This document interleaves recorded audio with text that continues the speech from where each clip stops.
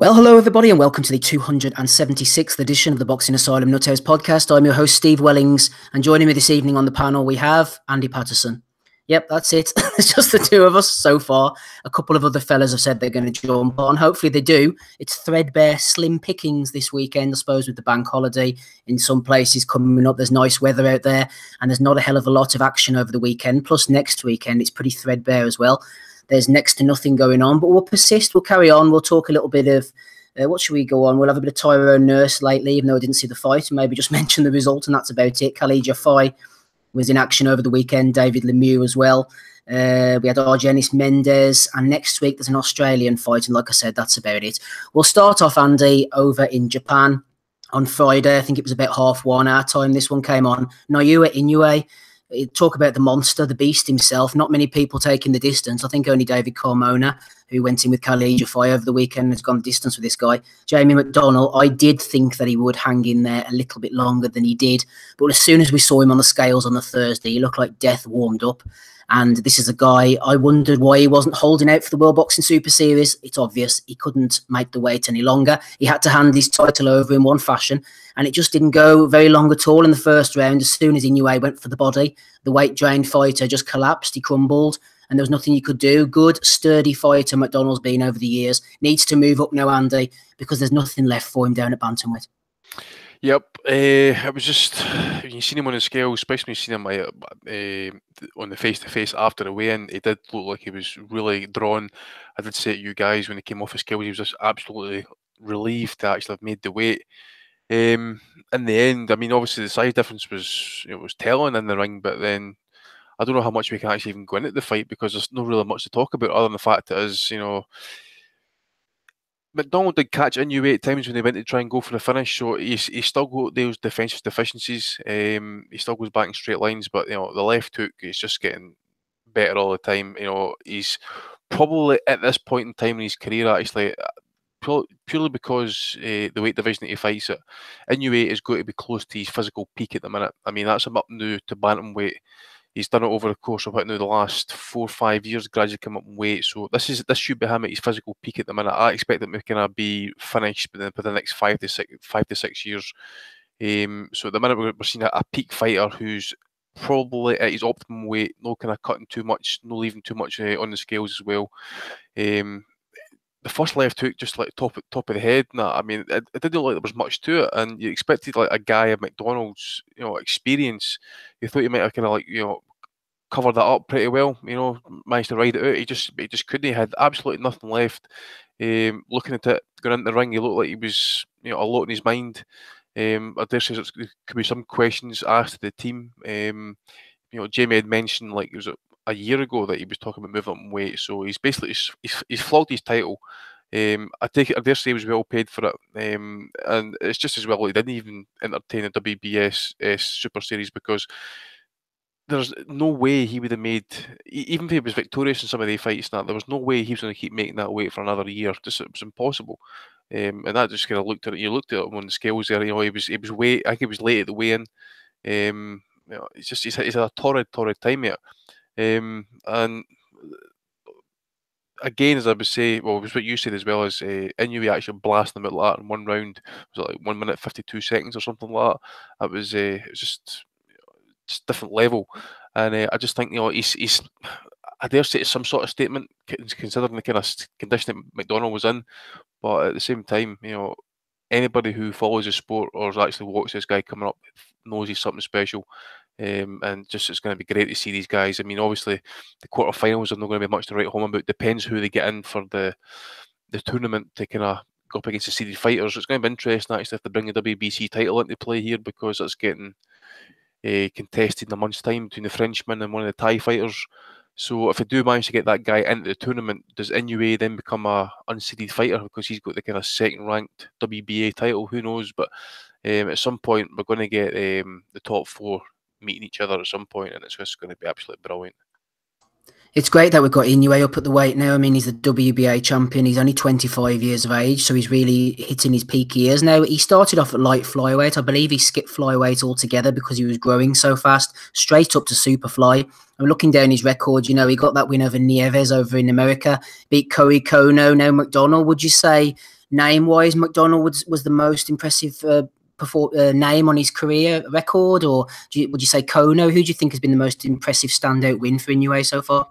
I would probably go back to maybe his third or fourth fight, the guy Takeuchi. Now I know he's lost his title there against Butler a couple of, I think it was last week actually. But you know, after that fight, he actually went on a decent run of form, picked up a WBA light flyweight title, and defended it a number of times, like maybe 4 or 5 times or whatever. So Takeuchi's probably up there as well. The destruction. Kono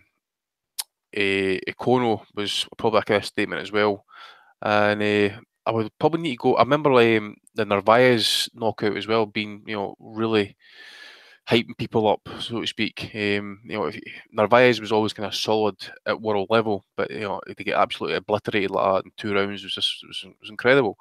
Carmona obviously was seen in action last night as well. He was game and tough. Inoue was actually pushing for the stoppage towards the end of that fight as well, really hard. And I think actually might even picked up injury in that fight as well.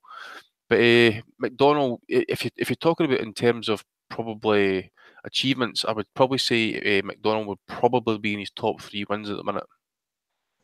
And if we're looking at the World Boxing Super Series, obviously we've got, excuse me, Ryan Burnett in, Tete Rodriguez, now Inoue. I mean, looking at some of the other names we could possibly put in, you'd imagine if they were short on names towards the end, like a Janat Zakianov, someone who's not tied down promotionally speaking, could possibly jump in. Looking at the higher ends of some of the sanctioning bodies, the likes of Solis, Payano, maybe Rushy, Warren, and keep an eye out at WBC, number 14. I believe this gentleman is from Ghana. He's 21-0 at the moment. Duke Micah, they could maybe throw someone like him in. He's young, he's hungry. Do you think it would be easy to fill out the rest of the names of the World Boxing Super Series with good, solid, quality competitors? Or do you think we've got the 4 big ones now and it's going to be sort of fighters of a lesser standard sort of shoehorned in? Well, I was actually kind of looking through the rankings. I think it was last night, and that guy you just mentioned, I'm sure he's got a fight arranged starting next month. As I say, WBC title was it Nordine Obalia, the Frenchman. He's fighting the Thai fighter, Pech or Patnia, how you pronounce it. Yeah, I'm fucking murdering them. So I don't know if he'll have problems. If you look at it, Inoue, so to speak, he was just he's just gonna put the whole division on notice. You're like, well, am I getting paid enough to actually go and take that? You get hazard pay and danger money to go and fight that guy. I remember Kareem Gouffry, he got knocked out in 1 round about 2 or 3 weeks back as well. So as you say, they might have to look at, like, say, maybe super flyweight, maybe bring some guys up, or maybe even guys for super bantamweight coming down. I mean, Rigo's been mentioned, but I've never seen hiding a tail of him since Loma took his soul. I really don't know. I mean, I had a look. You got that. You come. Hovhannisyan, super bantamweight. I know he had that fight against Ray Vargas. He could maybe come down. I really don't know. Payano's there. Rousey Warren, if you want to get the American interest. I really don't know. I mean, there was one question I got asked as well was, I think Tommy was talking about maybe going to Japan to watch Inoue or whatever. So I'm interested to see would actually hold these fights, because a lot of these fighters are far and wide. You've got Rodriguez for Puerto Rico, Inoue for Japan, Tete for South Africa, and Burnett for Belfast, obviously. So it's going to be well far and travel. So it'll be interesting to see, where we're actually going to be holding these fights and stuff. I think you need to get a couple of Mexicans in there. I like to see a couple of Thais as well. But I think if you look at it deep down in the division, I think for unsteady fighters, I think we're going to be kind of not scraping the barrel as such, but we're going to be looking at guys like Solis, Rodrigo Guerrero, Jonfrey Perejo, somebody like that. Yeah, maybe. Something like that. Shingo Wake, guys like that. I think we're going to be kind of looking at these type of fighters. But he might even get the Aussie boy in. Jason Maloney. Maybe bring him. Yeah, I was mentioning them last week, wasn't I? The Maloney brothers. Yep. So who knows? But certainly, I think, as I was thinking about it, as such, the quarterfinals, they're going to be, I wouldn't say they're going to be gimme fights, but I just think the top seeded guys are going to be picking who they want, and then they're just going to, work on a few things. It's the semis, that's when it's going to really kick off in this bantamweight division. I'm really looking forward to this. Yeah, talking to Maloney's, maybe Kelly Maloney will be coming on our panel if we don't hurry up and get a few people on. I'm just looking in the chat here. Actually, Fat Apples was mentioning maybe Lee Haskins. I had noticed his name as well. And Fat Apples also suggested as well that maybe Rigo had ducked the tournament. And regarding Inoue's best win, MB was saying that he thinks Kono is a solid win. Maybe Prince Patel, Ashley Neal saying on plenty of chat action tonight. Get yourself in there and let us know what you think. Just moving on to in the Japanese card, the other big fight of note was Kenshiro, 12-0, defeating Ganigan Lopez. This was a sweet body shot finish for the WBC light flyweight title. Lopez had screamed blue murder, Andy, after the first fight. It was a majority decision in Shiro's favour. No messing about these guys, 12 and 13 fights. They're going in for world titles already. He got the rematch he wanted. And after about 2 rounds, he maybe wishes he hadn't pushed so hard to the WBC for getting this rematch, because Shiro's finish was a really nice, well-placed shot, Andy, if you saw it. Yeah, it was a body shot, wasn't it? Yeah. Yeah. I vaguely remember seeing it, actually. But yeah, it was good to kind of suppose right and wrong. I never saw the first fight. I'm not going to pretend that I did. But did what we had to do, I suppose, get the job done. He moves up. But again, this the light flyweights and that, there's absolutely no reason why we kind of get an all-Japanese unification fight here. I mean, you've got Takeuchi, who we mentioned there, who fought Inoue. He's WBA, IBF champ, or was anyway, I should say. You got Canizales, Kenshiro, and Acosta, Tito Acosta. So there's good unification fights there to be made. So I just don't know why we kind of make them. Hecky Butler, that was the other one, actually. He was the one that beat Takeuchi, sorry. So you got Carlos Canizales kind of kicking around there as well. So Pedro Guerrero, he's a kind of long-standing contender. Milan Melindo still hanging around. So is Felix Alvarado. So I think that division is going to be kind of thinning out a little bit. And obviously you've got Yakira Yagashi. So I wouldn't be surprised actually when we try and make that fight. Yeah, it's 8:15, everybody. In fact, me and Andy holding down the fort at the moment. Rapping Rob Kelly has announced that he will be on very shortly. We've also got a guest coming on at 8:30, and then another one around the 9 o'clock mark as well, if we even get that far. Hopefully we will do. Don't forget, if you want to support the Asylum, it's dead easy. Just leave us an iTunes review and hit the thumbs up there if you're in the chat. I know there's plenty of activity at the moment. Ubali's the WBC silver champion, says Fat Apples. Maybe get him in to the old tournament. Talking to Jamie McDonnell, Andy, Gabe was saying last week that he thought Jamie McDonnell would put on a show. Bellew of the Week material for Gabe, who has ducked the pod this week. Absolutely, mate. The only show that he put on was actually putting on a show how to actually pretend to look like a Holocaust victim. I tell you, did you see the meme that someone had actually put a picture up McDonnell and the Queen's, what do you call him? Oh, not Charles, the other guy, Philip. Philip, Prince Philip. Okay, Jesus, man. It was pretty brutal. The only way this tournament can get any better, says Fat Apples, the World Boxing Super Series tournament he's referring to, is if Rungvisai, Chocolatito, Nietes, Yafai, and Kayas or Estrada move up from 115. Nah, that's never going to happen, mate. You don't think so? Nah, I mean, Rungvisai, he's staying at super flyweight. I read yesterday actually that he's told he's got a voluntary defence, and guess who he's picking? Estrada. And he'll be fighting in September. So, no fucking about with this guy.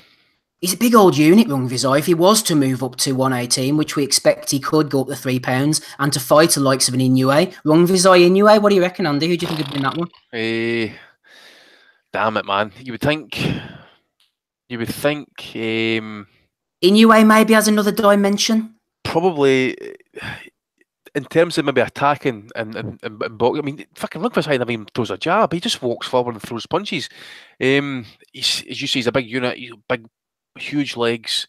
I would think he might slightly dwarf Inoue, but I'll need actually go and check their statistics actually on that one. But it's a tough one, that actually. I would probably side with Rungvisai at the minute. I just think his relentlessness, because Inoue's kind of like open defensively, goes back in straight lines. Rungvisai throws great straight shots, especially to the body. So I don't know. That's definitely a toss up, that fight. Yeah, MB saying 3 fights he wants to see over the next 12 months. Inoue versus Manny Rodriguez. Tank Davis versus Miguel Bichelt. Bichelt's gone a little bit quiet lately. And Josh Taylor versus Jose Ramirez, assuming Taylor gets past Postol. Just before we get dragged down any of those avenues, Andy, Ben Thorns was giving a big shout out to you during the week. He texted me. He said, big shout out to Andy, who said that the fight between Inoue and Gonzalez would never happen years ago. I was sure it would, said Ben. How do you think, Andy, that the fight between Inoue and Roman Gonzalez would have gone down if it had happened 2 years ago? Well, I'm actually record of saying this. Actually, I remember Alex will probably remember me saying this at the time. I'd actually picked Inoue to win it. At this time, I think Inoue would be like light flyweight, and Gonzalez would be running about probably his peak at flyweight at that time. And then obviously Inoue jumped up to super flyweight whilst Gonzalez was kind of coming towards the end. Obviously they were looking towards making that fight after the first fight against Rungvisai if Gonzalez was actually victorious. But then obviously it got put in the back burner. It looked like Inoue was really struggling with the weight. I'd wanted that fight to happen pretty quick because obviously Gonzalez's peak prime years were probably kind of coming to an end. Inoue had problems with his hands, and obviously the weight was going to be an issue or a factor at some point as well. And then obviously just Gonzalez getting iced off Rungvisai like that just absolutely ended any chance of that fight happening. You expected Gonzalez to take time off.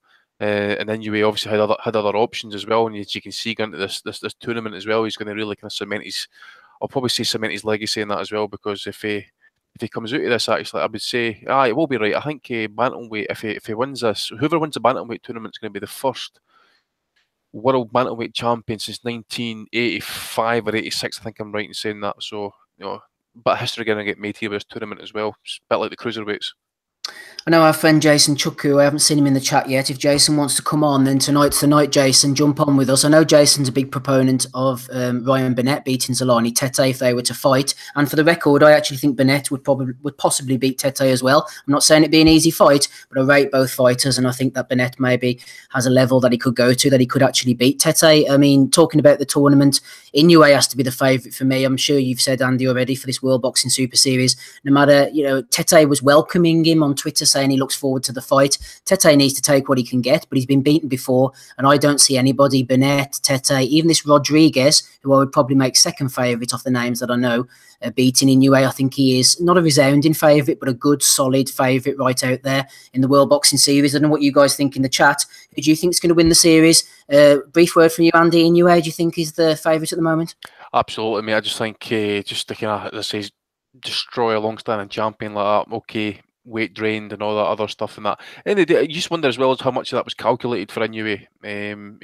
Just get himself a wee bit of exposure before he went into the tournament and stuff. But I think he's got to start his favourite. Obviously, Tete is a problem. He has got power. He has got long arms. You don't know. Maybe Tete might come out his shell a little bit because he's fighting the best. He can sit on the back foot. He can just kind of like box and bore you to tears and just finish it on points. Burnett, I really don't know. I think he's obviously liable to cuts. You just don't know. Well, I think how many fights has he been cut in a row now, Steve? It's quite a few of them, isn't there? Yeah, 2 or 3. His face does damage very easily around the nose, the top of the nose. He does get a cut or two. You just don't know then if that's going to, it might end up having to force him out the tournament at some point. The cuts might need longer time to heal. But I think at the minute, Manny Rodriguez, for example, great technical boxer, good left hook, did negate some of the body work against Butler as the fight wore on. So maybe need to see a wee bit more like that. And the thing is, Puerto Rico needs somebody like him coming through. They need somebody to kind of take over for Cotto or get the attraction in Puerto Rican boxing, because I kind of think of anybody that they've got at the minute apart from him coming through the ranks. I think Payano, I think he's Dominican or something. I can't think of any other Puerto Rican fighters at the minute. But without doubt, I think Inoue, he's got, as I say, he's at his peak at the minute. Got to be at his peak with his power. He's also got confidence in his chin, the way that he kind of attacks with abandonment sometimes. But I think people are going to be very wary of that left hook, and they'll need to defend and move as such. Talking to Puerto Ricans, the kid's name, I'm drawing a blank here. A big prospect, fell off his motorbike. What do you call him? Oh, Verdejo. Yeah, him. Yeah, is he still going? Did he lose a fight a couple of months back? He did. Yeah, he definitely did. Let me just check this.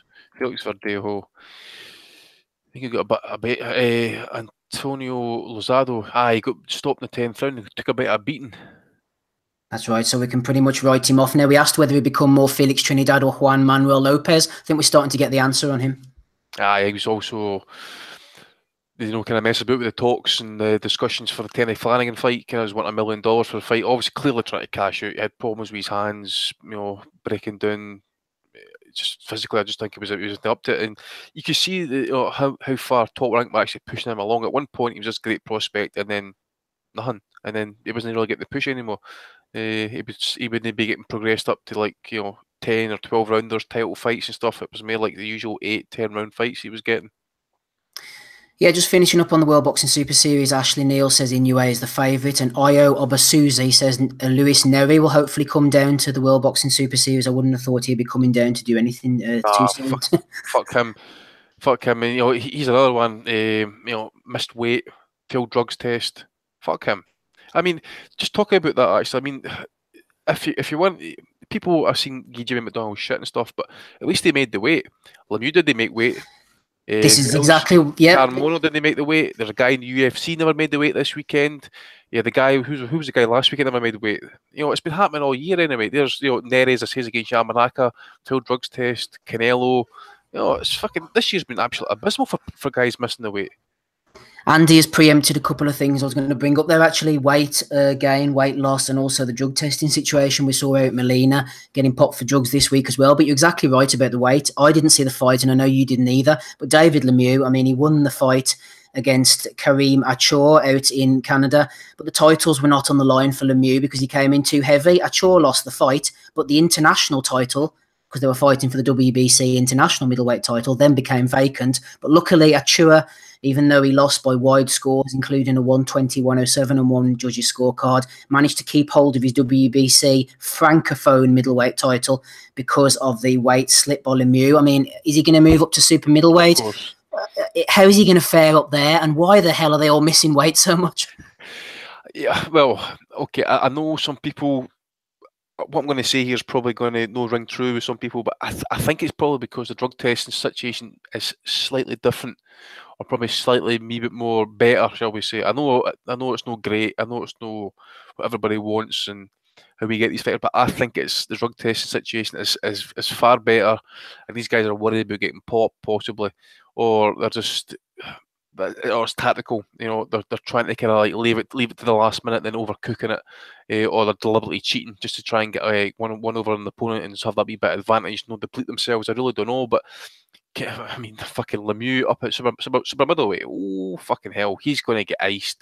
I mean, Big Benavidez, for example, he's going to dwarf him. He would fucking put, big Callum Smith would actually dwarf him. Ramirez, I just think he's going to have to be carefully matched. I think they'll maybe put him in the likes of Mohammedi or maybe a Yildirim or something like that.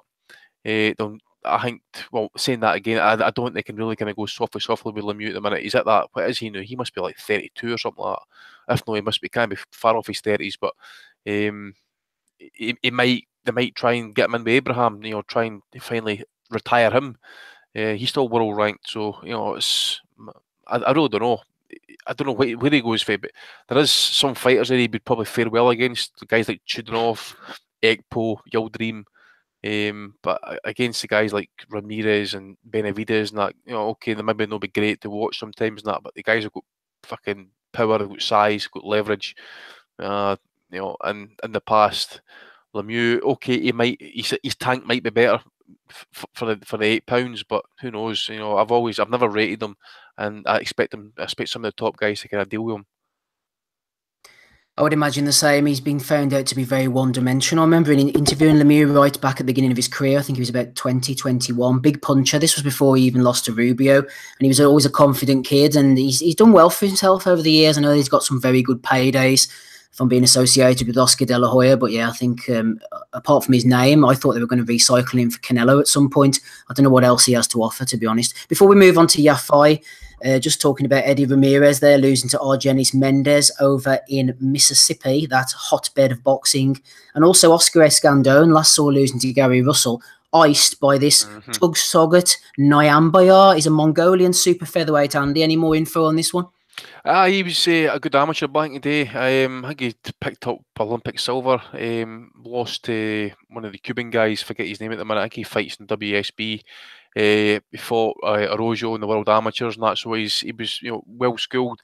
He got dropped actually, and I think he got dropped in the first round. Basically, what it was, he was backing off, I think, and he got caught with a right hand as he was backing up, and he just lost his balance. I think just got up and then just tore into the guy, and knocked him down twice in the second round, and then knocked him out in the third.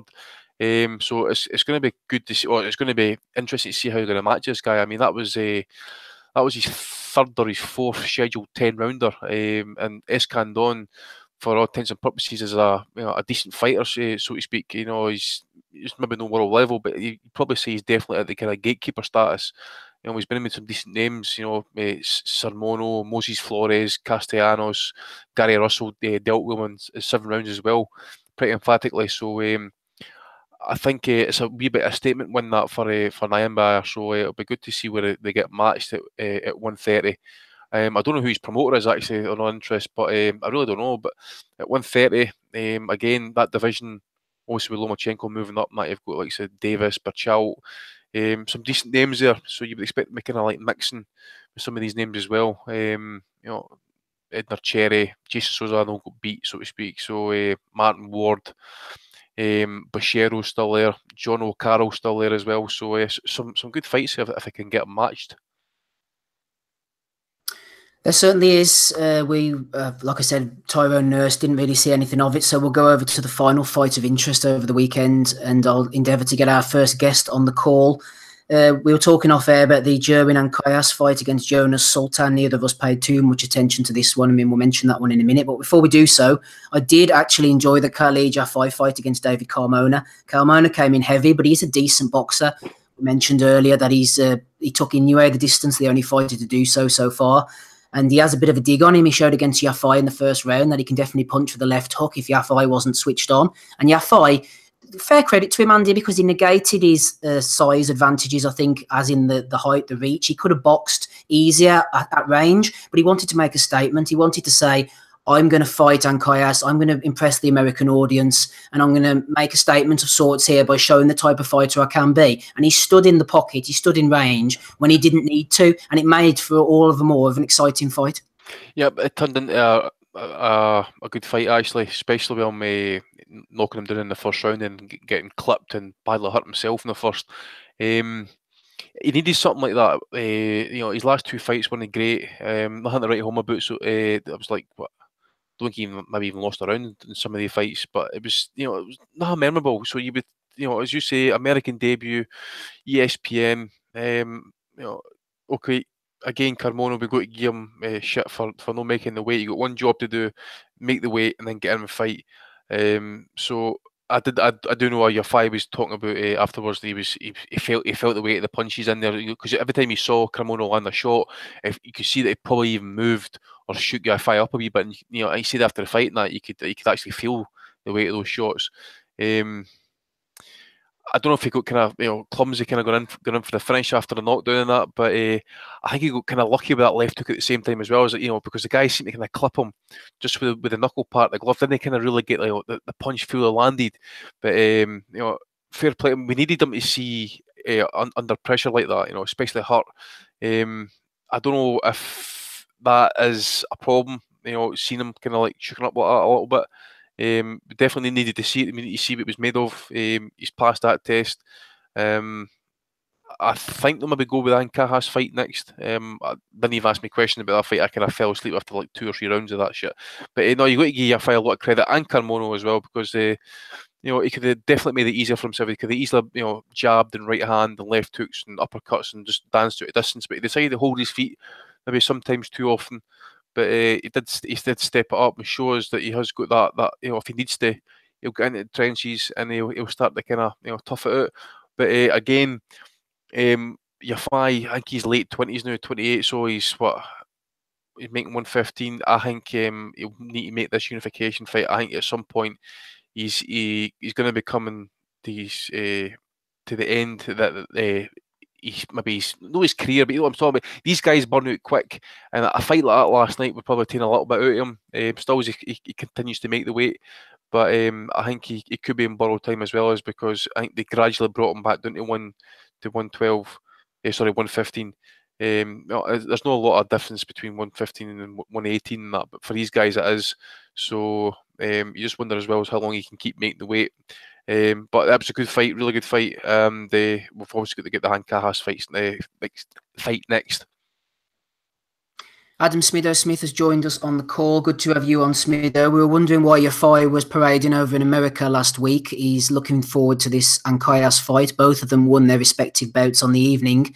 Also, Roman Gonzalez is #1 contender for the WBA. We've got Saw Rungvisai, the WBC champion.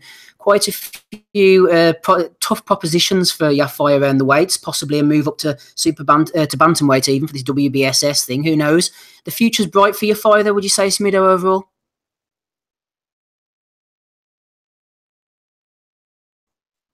Smid's forgot the mute button. He's not often you see Smid on the podcast. He doesn't know he's road to the mute button. He normally unmutes it for me. He normally unmutes it for me. Sorry.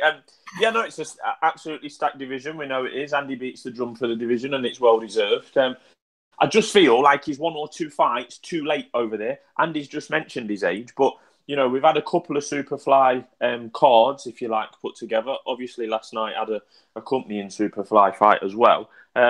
But yeah, it just feels a little bit late. And then he was talking about, you know, there wasn't enough money in the Gonzalez fight or something along them lines. Now, if we are to believe the reports of last night, him getting paid, what was it, $40,000? Is that right? $40,000. But I wonder as well as if that's not good. He'll get the Sky money on top of that. But you know, I mean, you see, Eddie Hearn was saying, "Oh, he's making money in the background." And that. I mean, come on, is he actually making any more? But his purse was there last night off Sky. Right. Well, let's play it up a bit. Let's say he's on $100,000. I mean, you know, for a world champion, which apparently he is, that's not fantastic money. But you know, I have seen the highlights of last night, and I thought, you know, pretty much with what Andy said. You know, he got stuck in. I think he got hurt at pretty early doors. Might have been the first or second round, but yeah, got the job done in the end. I like how YAFAI. He's gone up the ranks, you know, pretty quickly, as a lot of fighters, European fighters particularly do it in that weight. There's no signs that he's particularly struggling with the weight, but you know, as Andy said, he might be getting towards that age where then problems become more forthright. But yeah, if we can see him against that Ankayas kid, that would be excellent. We've seen him do some damage before, not last night, but we've seen him do damage before, and that would be decent, and you know, fair play to him. Cheers, Smido, joining us on the call now. We're delighted to welcome back Steve Wood to the show. How are you, Steve? Yeah, I'm very good, thank you very much. Yeah. Excellent stuff. Steve, obviously still on a high from last weekend. Tell me what your feelings were when Josh Warrington was announced as the champion of the world. How did you feel? Well, obviously, when we got in the ring and heard it was a split decision, I was feeling a bit nervous. I was thinking we're going to get legged over, because from my perspective, I had Josh winning by 5-6 rounds, and so when you hear it's a split decision, it's a bit scary. So I was relieved instead of ecstatic when that happened, and you know, it wasn't just a dream for Josh; it was for all his team. We worked so hard to get there, and what a way to do it at Ellen Road, with a great atmosphere.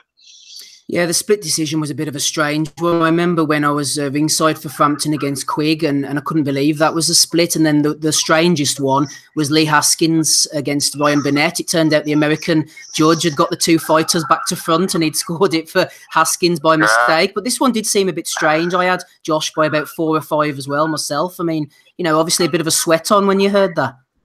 Yeah, there was. I mean, I actually had him 5-1 up after 6 rounds, and probably maybe lost 7 or 8, then won the rest because he come on really strong at the end. So when it's a split decision, it makes you wonder, doesn't it, of where the people can find them. Yeah. Lee obviously ended the fight with a couple of bad cuts. He wasn't too happy initially, although afterwards, obviously, things cooled down a little bit. I mean, talking about the fight itself and obviously looking at Josh's tactics, he boxed really well, didn't he? And it wasn't all just come forward stuff either. He showed a new dimension to his game.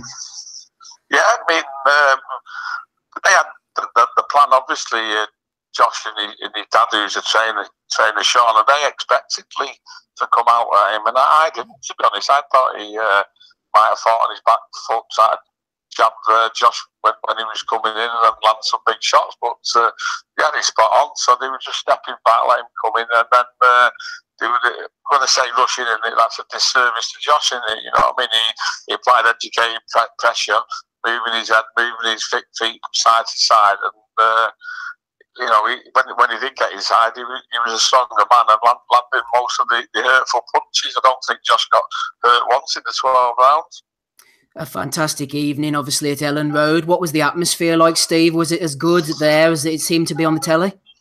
Well, so at the time, I mean, obviously, I was in a changing room for Josh for a little while. I had some kids on the undercard. I mean, I had 3 winners on the undercard, which just started early from 4 o'clock, and it wasn't really busy then. You know, I come out just to sort the atmosphere up before Josh did his ring walk, and the Kaiser Chiefs were playing, and the place had gone from being empty to being rammed, and the atmosphere then was fantastic. And I seen, I think BT do a little boxing raw or something they called it, in a 9-minute clip. I seen it on the Monday, and I just thought, wow. You know what I mean? It looks even better there on the telly than it did being there, which is not normally the case. It's normally the other way around. But no, it was a fantastic night, yeah. I saw an article there just a couple of days ago. Josh was saying, I was doubted at every level, but now I'm the champion. Was it like a bit of a stick 2 fingers up to people as well on the night? Well, I don't think so, no. No, I mean, but yes, you know, I mean, everyone thinks, and Coogan picked that up at one of the press conferences when he said, "Do you think they'll still think you're just a ticket seller?" But you know, he wasn't a ticket seller when he first started off, and you know, we've had to get on the road here. You know, when he won the English, he went down to Birmingham to win that, and then when he first fought for one of the Matchroom show, he went in the away corner in Hull to win the Commonwealth. So. You know, we've known he can fight, and obviously from that, you know, he's become a massive ticket seller as well. A lot of love for Josh from our listeners as well. In the chat room, one of our listeners says Josh looked really good. Fair play to the guy. I mean, looking forward, Carl Frampton's a seller. Josh is a seller. It looks like the natural fit. Do you think that that's something that's going to come off? Obviously not next, but in the future, Steve, Josh against Carl Frampton? Funny enough, I've just been listening to an interview from Frank Warren, and he's talking about we're doing it early next year. I mean, we've not spoken since last Saturday, obviously. I think he had it penciled in that if Selby won, Selby would be going to Ireland. But, you know, like I've said previously, I don't see Josh as the B-side in this fight, you know, and Ellen Rose twice the size of Windsor Park. So, I mean, if he could wait till next summer, I'd have thought that Ellen Rose is the perfect place. There's a lot of Irish there. The Irish travel we've seen bring 10,000 over when they fought cricket at the MAN Arena. So, you know, for me, it should wait to be a big summer fight next year. But you know, if Frank wants to do it in a neutral venue and it stacks up for Josh and for Carl, yeah, let's do it. I mean, I think it's going to happen. It's just a question of when. Just to remind our listeners, we have top manager and promoter Steve Wood on the call, at Steve Wood VIP on Twitter. Who do you think is going to be next then if it's not Frampton? A few people are starting to throw Kid Galahad's name into the mix. I mean, he's highly ranked, but he hasn't really fought at this level before. Is that something you would entertain? Well, if we had to do, we would do, yeah. I mean, I don't think your problem. Josh is actually beaten 3 times in the amateurs, so it's not as though he doesn't know him. I mean, obviously the amateurs is different than the professionals, and I'm not saying it'd be an easy fight, it'd be an hard fight, because he has got that elusive style, Kid Galahad, but Frank Warren totally dismissed that when he was asked a question at the press conference. I think he just said he's with the other team and we won't be doing them any favours. He's the back of the queue, so I don't think Kid Galahad's on the horizon. Just final couple of questions, Steve, before we let you go. What do you think about Eddie Hearn's nice big $1 billion deal at the moment? I mean, what's your view? I think my view is it's absolutely fantastic for boxing.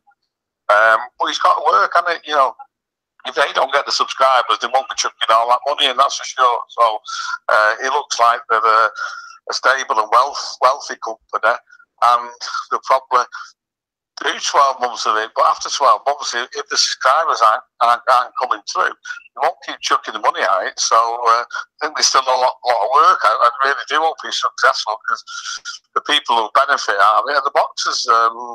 I've seen the offer he made to Adrian Broner, which he turned down and said it was slave wages, and I just can't comprehend that sort of money. You know, it's good for the boxers. And you mentioned that you had a few lads, obviously, on the undercard last weekend. Just looking at the rest of your stable, who should we be looking out for over the next coming weeks and months? Which fights have you got coming up? Obviously, Terry Flanagan against Hooker. Yeah, I mean, that's the next fighter involved. So that'll be great. We've got a chance of Teddy being a two-weight world champion. And just before you run, I was looking at a bit of Morris Hooker on my iPad on the YouTube fight, and I think Teddy's going to be okay with him. So I'm expecting another world champion on the 9th of June. And on that card, we've got Zelfa Barrett coming back, and Lyndon Arth is having his first fight for Frank Warren. So got two good prospects there. And then 16th of June we've got our old show where we've got Liam Taylor, Dale Coyne, Jack Cullen all fighting. And last week he had good results for Jack Daniels, but he's only had a couple. Reece Paul went to 10-0, and I think he'll soon be fighting for British titles and going on from there. He's one to watch on. He's from Doncaster, lad called Reece Paul, and another kid who went 9-0. He's a lad called Danny Wright. He was ABA champion in 2016, and I think he'll do something as well. Yeah, having seen a bit of Morris Hooker, I really don't foresee Terry losing to this guy. And obviously, if he gets past him, then, push on. And this is time for Terry to maybe shine in the ring. Yeah. I mean, he has been a bit unlucky with injuries, and timings of certain fights haven't been able to happen because of boundary positions and things like that. So, he does need a defining fight. It'd be crazy to think like he's had 5 defences in his lightweight, and then he's become a two-weight world champion at lightweight. And a lot of people still don't know who he is. So, obviously from this, we want him in big fights after that. That's what he wants to get into big fights and earn some money and get some recognition for the talent he is. And finally, brief word on Jamie McDonnell. Badly weight drained on Friday, but this Inoue looks a beast, doesn't he? Yeah, Inoue. I'm quite pally with John Evans, who does a bit of work for Box Nation and Live Sports, and he's been telling me for a few years how good he was. But I don't think we got a chance to see how good he was, because he was obviously a question that Jamie McDonnell had gone to the well once too often, and he was a shell, wasn't he? Everything that hit him and wobbled him. Yeah. Great stuff. At Steve Wood VIP on Twitter. It's always a pleasure to have you on. Thanks for giving up your time, Steve. Yeah, no problem. I appreciate that. Thanks very much. Cheers, Steve. Cheers. All the best now. Bye-bye. Bye. Good value in his Steve Wood. I like him. Love Steve. Sorry, Smid, you didn't have any questions for him, did you? No, not really. But I just think he's good value, and he's a bit of an unsung hero, really. Steve Wood. He's had some decent fighters over the years, and we've just talked about two champions or soon to be champions fighting within the space of 3 weeks of each other. Not bad at all. Smido, don't run off too quickly, because we were talking McDonnell Inoue earlier, and people are desperate for your opinion on the fight. Danny Young sent a question in especially for you. He says, if Jamie McDonnell moves up in weight, who does he have to face to make a name for himself? And does Inoue win the World Boxing Super Series hands down, even though his height he is on the short side? So let's tackle these questions one by one. First of all, the latter, Smido. Inoue, does he win the WBSS hands down? Hands down, he's pushing it, because there's some fucking talent in that tournament, if it is to go ahead as the names discussed. I highly rate Tete, for a start. Obviously, Inoue is the rightly favourite. I think we've got Ryan Burnett going in there as well. What was the other name, Steve? I feel like I've missed one. Emmanuel Rodriguez, who beat Paul Butler. Yeah, we've seen him over on these shows as well. So, absolutely superb tournament if that gets put together as discussed. Jamie McDonnell moving up in weight. I mean, he looked absolutely shocking on the scales on Friday. None of us are after time in here, because there was a lot of talk on Thursday when he weighed in, and pictures going around on Twitter, and obviously we discussed it privately as well. He looked horrendous, and he just got blown away, really, didn't he? I hope he's been paid a fair bit of money for that. Because I mean, it's not. I don't think it's going to do lasting damage, the punches that were taken. But I think the hammering himself to make that weight could well be doing some more serious damage. So we'll see how he goes. So what will he be moving up to? Super bantam, yeah. Super bantamweight, yes. We have the champions, Ray Vargas, Iwasa, Magdaleno has been dethroned, hasn't he? So we've got Dogbo in there as well. Yeah, I mean, he could do some good work up there, and I think he's been underrated for a long time. But he's obviously not been scared of fighting anyone. And Inoue shows that perfectly. But there's been a couple of fights in Monaco, I think, Steve, where he only got a split decision, or was there a draw and he had to do a rematch? So the signs have been there. So he's probably over the wrong side of the hill at the moment, but not sliding too far down it. He might be able to pick up a title at the next weight up.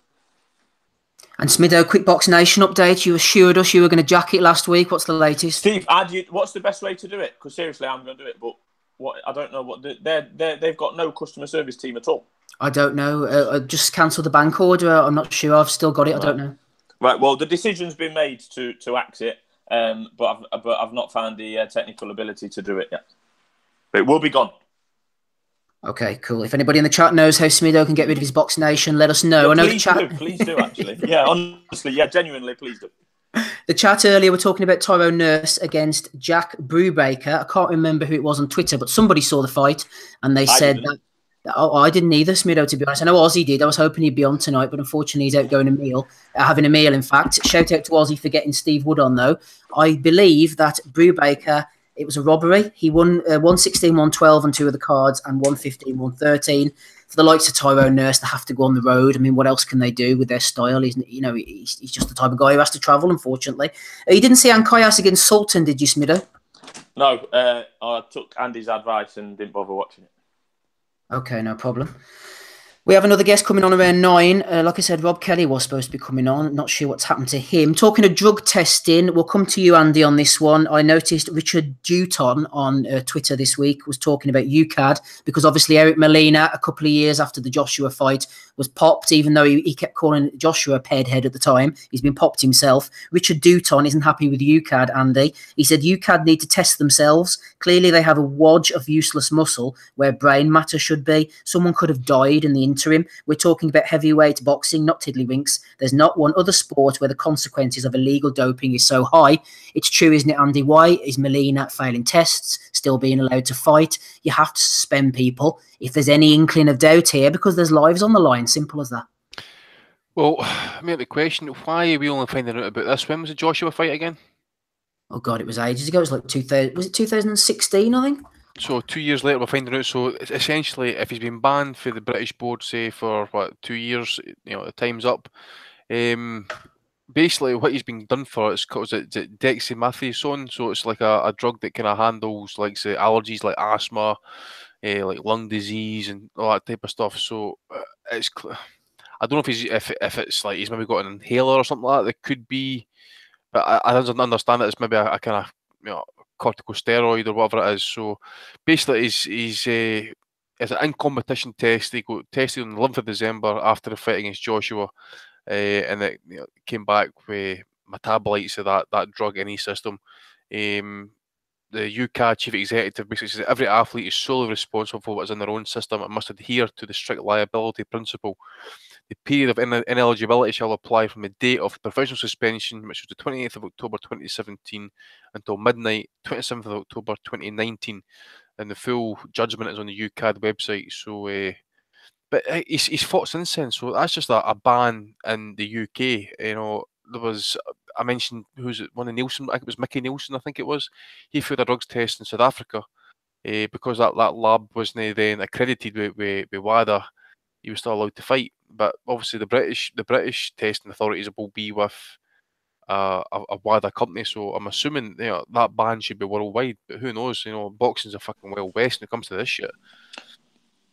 Not only is it dangerous, I mean that's where it starts and finishes really. But I just as Andy says, we're getting people. Eric Molina, an American, is effectively serving a UK boxing ban. Does he care? No, not really, because he's fought in the interim.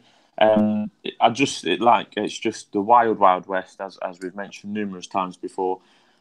I'm absolutely baffled, and I've had the attitude for a long time that I don't really care because there's no point in me getting myself engrossed in it and trying to find out what the rules and regulations are because they all just make it up as they go along. You know, we've got it's all well and good moaning about the governing bodies rankings and mandatories and this, that, and the other, and you know, regular champions and moaning all about that. But this is, as the question said, this is heavyweight boxing.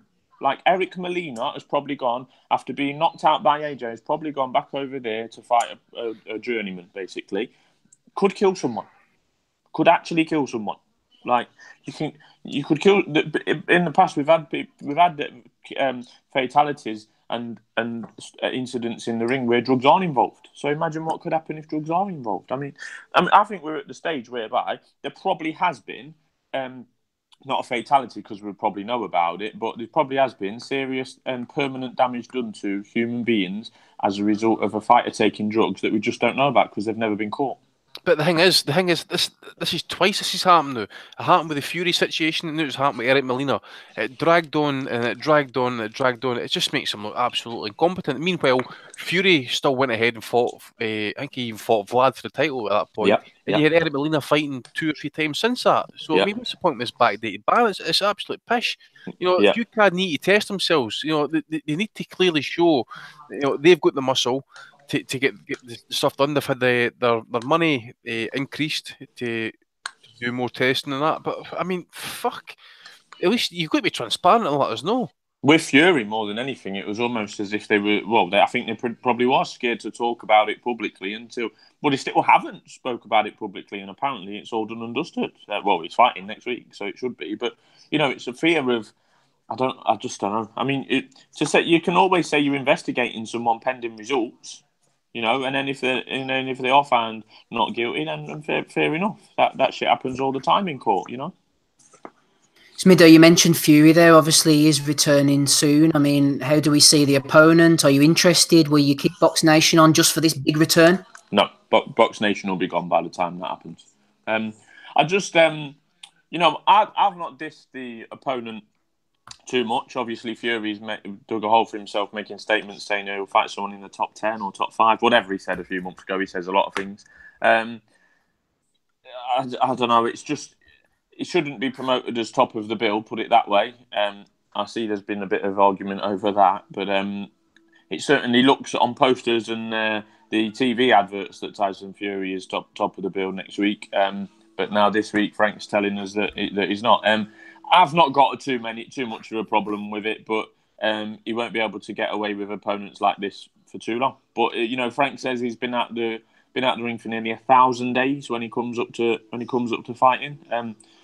Whatever happens to Tyson Fury from now onwards, and whoever's fault it is, I don't really care. It's a massive, massive shame that we've seen after the back of a fantastic win. To have lost 1,000 days of Tyson Fury's career, it is a real shame. And Smido, I was saying the other day on a solo pod that I was doing for the Patreon people, I tell you what would be really funny. You know, I'm not saying this because of any badness towards Fury or whatever, but you see if Fury like starts gassing against this kid and gets knocked out, could you imagine Twitter would absolutely explode, wouldn't it? Oh yeah, it would go off. It would. But you know, it's clearly not going to happen. I mean, where's this guy from? Austria or somewhere?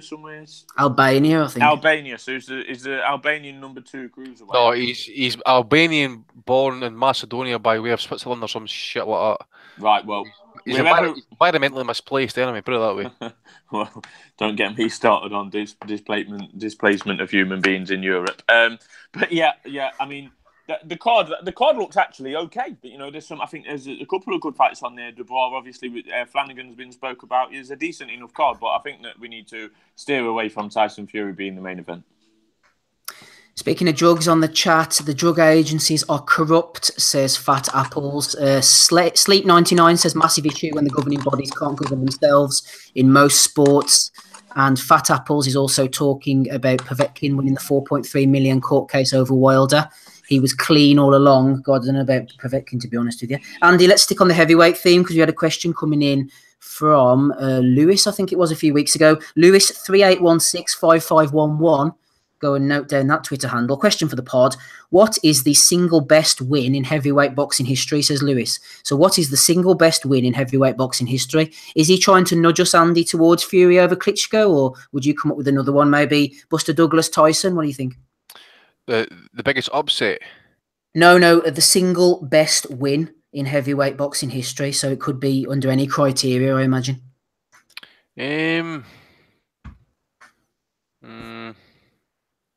Well, we've got a lot, but you would definitely need to put Tyson getting beat off Douglas. Absolutely, you need to put that in there. What about Floyd Patterson icing Ingemar Johansson? Yep. That was absolutely lethal, and just to see his like it was his right foot twitched on the canvas as he's lying there counting the sheep, and that was absolutely horrendous. Probably Walcott knocking out Izard Charles. He really wasn't. Charles was a great light heavyweight, right? But he didn't really get the respect as a heavyweight champion because he'd followed Joe Louis. It's a bit like Larry Holmes following Muhammad Ali, and that he just the press and the public just couldn't take them because he couldn't knock these guys out. And then to have, I think he might have drew with Walcott or maybe beat Walcott before that as champion, and then met him for a second or a third fight, and then he got iced with a left hook, bad knockout. And so I would probably put that one up there as well. But there were some great fights come back in the day. I mean, like Foreman just icing guys left and right. So you can maybe put Foreman in there against Frazier as well, because nobody handled Joe Frazier like that, and he just got treated like a used condom. He did. He just got ragdolled out of every fucking place. He just basically got thrown about the ring. Some verbose explanations from Andy Patterson there. Good to have Andy on with us tonight, and also Adam Smido Smith as well. Don't forget, if you enjoy the show, then please just take a second to press the subscribe button on the platform that you're listening to this on. It just lets the providers know that you're getting value, I suppose, from what we're providing. And if you want to be here whenever that we produce additional shows, hopefully we'll be producing additional shows next week. Bit of a lean week, as I mentioned earlier, although we have fights the following week, Santa Cruz, Fury, so we should have plenty to talk about. Hopefully Ozzy, Donny, Dave, all the boys will be back next week. Smido, while I get our next guest on the call, I'm going to hit you with a question I was thinking about during the week. I was listening to a recent HBO boxing podcast, and they had Harold Lederman on, and they asked him a question. Harold, if there was one fight in boxing that you could make right now, which one would it be? And all the fights that you could make, you could have Kovalev, Stevenson. This is going to be funny, isn't it? You could have Errol Spence against Terence Crawford, which would be my pick. There's all sorts of fights you could pick. And what did Harold come off with? He said, I would love to see Anthony Joshua against Jarrell Big Baby Miller. Oh, God, man.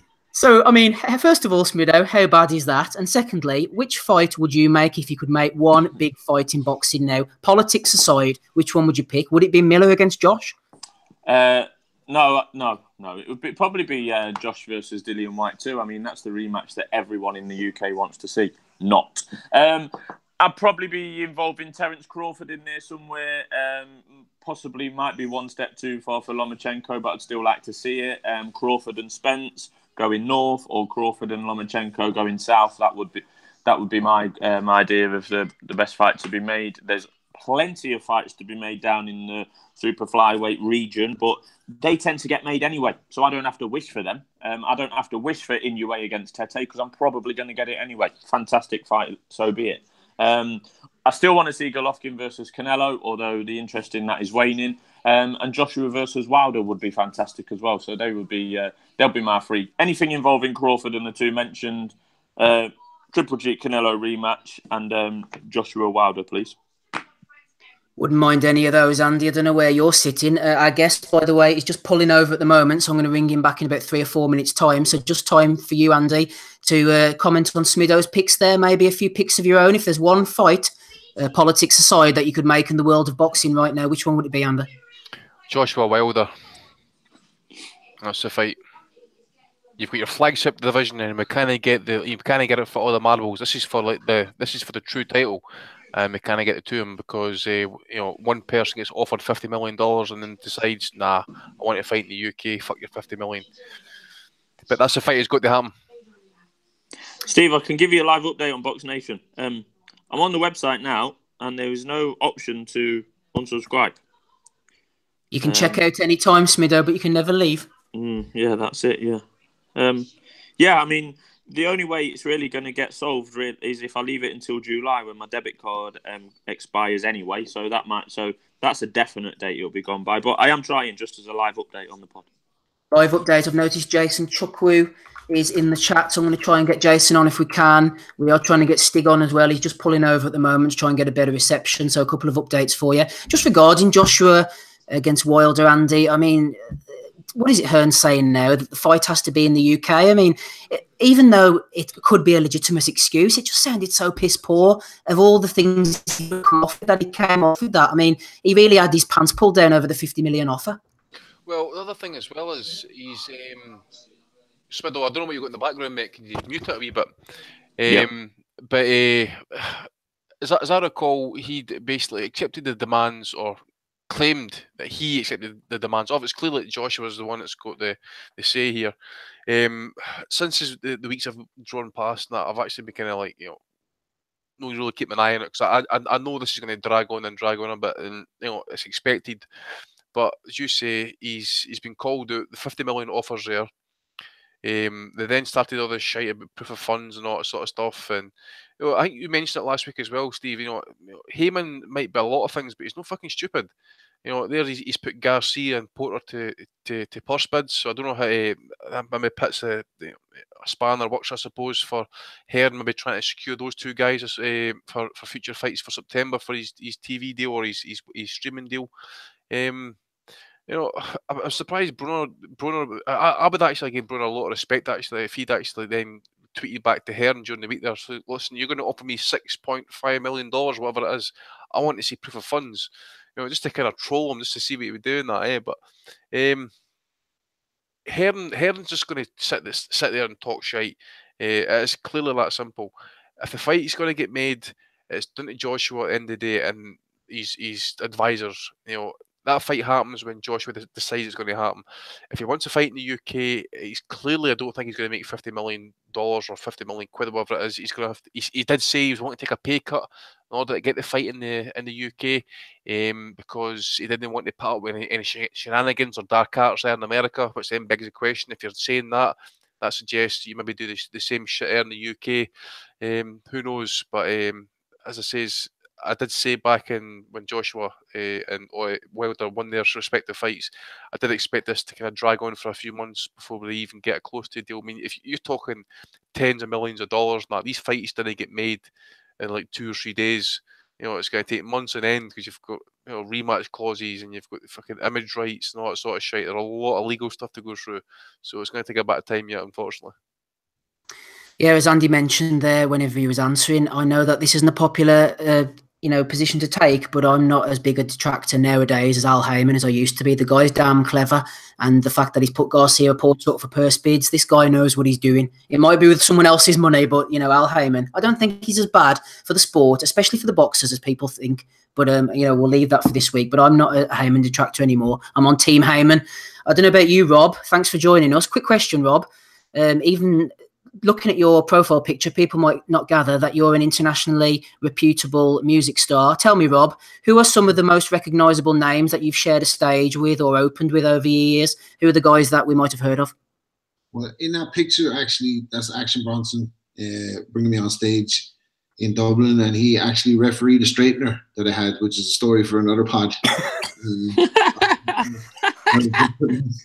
Yeah. That'll be on the Patreon next week, folks. You have to pay for that. That's actually a story I'll only tell on the Patreon one, but I'll give you. It's a good story for sure. It's a great boxing tale about a young man from Wexford trapped into a hallway after a show with 30 people that didn't like him. So it was a tough night. But well, I'm not a big rap fan, Rob, but I know that you've obviously done. Is it Conor McGregor? And I mean, some big names like.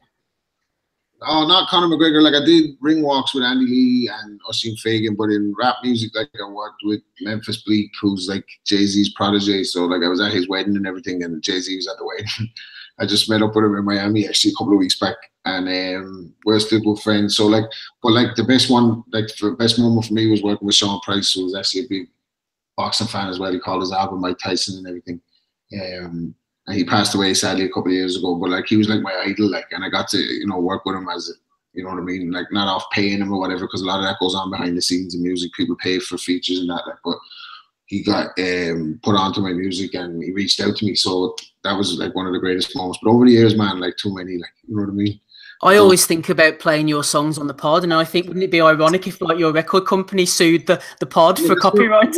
That's probably what happened now, like, because they have got all these like fucking bots that go search the music that's copyrighted and all that. Like, so take down your own music like off the channel. Well, as much, Rob, as I want to ask you about the big Australian showdown next weekend between Blake Caparello and Trent Broadhurst, who obviously lost to Sergei Kovalev and Dmitry Bivol, respectively, we've got some more fights of interest over the weekend, marginally of interest. Khalid YAFAI against David Carmona and Jamie McDonnell against Naoya Inoue. Did you see either, both, or neither? What did you make of the weekend's action? I didn't see. I only saw Inoue and McDonnell, which didn't take too long to watch. Like, didn't think like there was any great setup in the shots from Inoue or anything. Like, it wasn't like any great strategy. He just buzzed through him. Like, and I think McDonnell was there at the weight. Like, I don't know if the shots didn't look too heavy on. I don't know what the panel think. Like, but maybe he just looked. You know, he was just drained and he was just because he looked like he was getting ragdolled like by a much smaller guy. So I'd like to see Inoue out now. Like, do you know what I mean? That's some good fights out there for him, like, isn't it? He's really exciting, like, but predictably won. And I didn't see anything else this weekend, but I got a new streamer, so you know what I mean. So do you think Inoue in the World Boxing Super Series then, Rob? I mean, where's that going to lead? Yeah, well, who's that? Is Inoue, Tete, Burnett, Manny Rodriguez. Yeah. So there's some good names. Yeah, of course, that'd be great. A great tournament. Like, him and Tete be the favorites for me. Like, although I like to see what Burnett's made of. Like, in with those guys, you know what I mean? And it'd make those fights happen. Like, pending the draw and all that. Like, so I'm all for those series. All for them. But it's just, I was listening before I got on. I was listening to the show, and in terms of heavyweight wins, greatest single heavyweight wins, I think you have to put Ali against Foreman in there. Like, you know what I mean? Out of the ring, fucking against like a bigger killer than Sonny Liston, and then to fucking take the shots and that's true. That's an unbelievable performance that probably won't be replicated like at heavyweight. There was that bit in the media. I remember when Howard Cosell says to him, "Are you still this? You know, some people think the same man or the same fighter or whatever it was," and he just responded with, "I spoke to your wife last week, baby. She says you're in the same man you were five hours ago or something, some shit like that." Eh? And then apparently he's walking to the ring and stuff. His whole team were like kind of like the face like they were heading for the gallows, and Ali's like, cheer the fuck up. I'm the one that's fighting. Yeah. You know, there's so many good stories as well, like about Angelo asking him what he's doing in the corner and everything. Like, it just, you know what I mean? Like a Rocky film, like he's keeping it breezy, like, and it comes off the ropes with that one. And like, it's George Foreman, like, you know what I mean? Nobody gave him a shot. Everybody thought George Foreman was going to kill him, even though the fight's before my time. But you know, the talk is Foreman heavy favorite, like, gets him over to Africa and fucks it up, and just, you know what I mean? That's a great performance. Marciano versus Ezra Chaz, I think might be the rematch. I'm not sure. I think they fought twice, but in one of the fights, Marciano's nose was split in two. Yeah. And had to hold it together with some kind of plastic or something. And he went out and knocked Ezra Chaz out. So that's a big one. And there's so many, man. You know what I mean? So many great ones. Like Frazier against Ali. I mentioned Foreman against Frazier and Walcott against Cesar Charles. Johansson, you got the Johansson foot twitching there. Yep. Yeah, but I think like in terms of achievements, like Tyson beating Bobbick at 21 or 20, whatever it was, to be the youngest heavyweight world champion, that was a big moment, like a big single win. Larry Holmes kind of doesn't have his big single, you know what I mean? He kind of got jobbed by the Michael Spinks. Maybe that's a big one. So many. Sorry, I got sidetracked on that, but I was just thinking of all the good heavyweight fights. Jones versus Ruiz has to be there too. That's an excellent call. Forgot all about that one. Brilliant call. Right, guys, jumping on the line now, the long-awaited debut. I'm going to open it up to the chat as well if they've got any questions for our guest. This could go badly. We've got Hot Twitter Stig on the call, finally making your debut. How are you, Stig? I'm very well, thank you, Steve. And I'd like to thank you very much for inviting me on. I listen to your show every week. Perhaps 2 years ago, I struggled to comprehend the issues that the panellists broached, but their knowledge and insight into boxing is second to none. And I very much enjoy listening to the show. The only problem is that sometimes when I'm listening in the cab, and certainly Andy indulges in some blue language, it can be a bit embarrassing, and I have had some complaints from customers. So hang on a minute, Stig. I make no apologies, Stig. Let's get this straight. You listen to us on loudspeaker while you're carrying people about in the cab? Yeah. You listened to the show before, Steve. Class. I didn't hear that, sorry. And I think the boys were just commending you there, Stig, saying well done. It's quite an unorthodox move, but fair play. Well, it's what I do. I mean, it's how I spend the majority of my time. So, you know, podcasts. You know, there's good material on YouTube. You know, people talking boxing, but I can't listen to that when I'm driving my cab. It just means that my phone's occupied, and obviously you can't see the screen anyway and watch that. But I can listen to what you guys do, and it's excellent. So, no, I enjoy it very much. Sometimes I listen to you guys 3 times a week. The same podcast. If there's not, I listen to about 17 over the course of a week if they all produce. If some don't produce that week, I might listen to yours 2 or 3 times. God help you, Stig. We've had a few messages on the chat. Callum Frith says, Stig, you are an absolute clown. Jane Johnson says, how many people are under your patio, Stig? They're getting a bit rough already. I know. Well, that's fine. Bless them all. There's no way I'd report any of them on Twitter for those insults, but much more severe they would be, yeah. And it does work. I mean, the quality of, the quality of insult that the Furies receive has definitely moderated, and since I've been reporting people for the very worst and most degenerate insults, which in my view are not socially acceptable. Well, let's move on to the issue of Tyson Luke Terminator 10-year reign Fury, which is where this all stemmed from whenever we played your clip at the top of the show. I mean, do you want to give us a quick insight into what your views are? You believe that Fury is going to go on some kind of 10-year reign? Take it away in your own words. I don't believe he is going to. I certainly believe he should. I think one of the problems Tyson had once he utterly schooled an 11-year reign champion that nobody thought he could be was what's he do next? Now, in my view, Tyson's talent as a boxer and all of his natural attributes are so great. Merely one fight. I mean, I really started with the 10-year reign thing when people were going on continually about Anthony. And I just believe Tyson is too talented a boxer, too gifted for that talent to be focused on one man, Anthony Joshua, who, in my view, he beats with relative ease, quite frankly. So I kept on going about the 10-year reign, blah, blah, blah. Then ultimately Tyson himself said he wants to beat Joe Lewis's record. So then I got the Joe Lewis thing into it. And the name Terminator, that was originated by Jake Wood and Spencer Oliver on their podcast as a consequence of the much wiser way Tyson now is with the media by saying he doesn't want to talk about those sorts of things. One of the problems, of the many problems that he faced once he did what he did, which was amazing, was that he was too open, honest and frank. And you've got to be wise with people that really want to trip you up. And that's what a lot of people wanted to do to Tyson. And his sincerity and openness just made matters worse all over the place. Joe Lewis, obviously, Stig made the 26 title defences, second only to Julio Cesar Chavez, who made 27. I mean, what's to say Tyson Fury's performance, as great as it was against Vladimir Klitschko, wasn't just a one-off, that culmination of a career when everything just goes right on the night and he's never able to replicate that again? What happens if that is a real case scenario? Well, I see no good reason why that should be the case. When you look at someone like Klitschko, who was world-class at the age of 40, I see no reason why Tyson can't do that as well, as long as he lives correctly and trains sensibly. And one thing that I'm not a fan of, especially for heavyweights, probably for any boxer, I mean, Loma doesn't do road work. I don't think that running excessive distances as a super heavyweight boxer is wise for the longevity of your knees and your hips. It's an interesting point. I mean, looking back at some of Fury's previous fights, I mean, we're looking at the John McDermott fight is the one. I mean, a lot, I mean, what do you think? What do you look back on that fight? Do you think that Fury won that? Does that tell us anything about his limitations or what? No,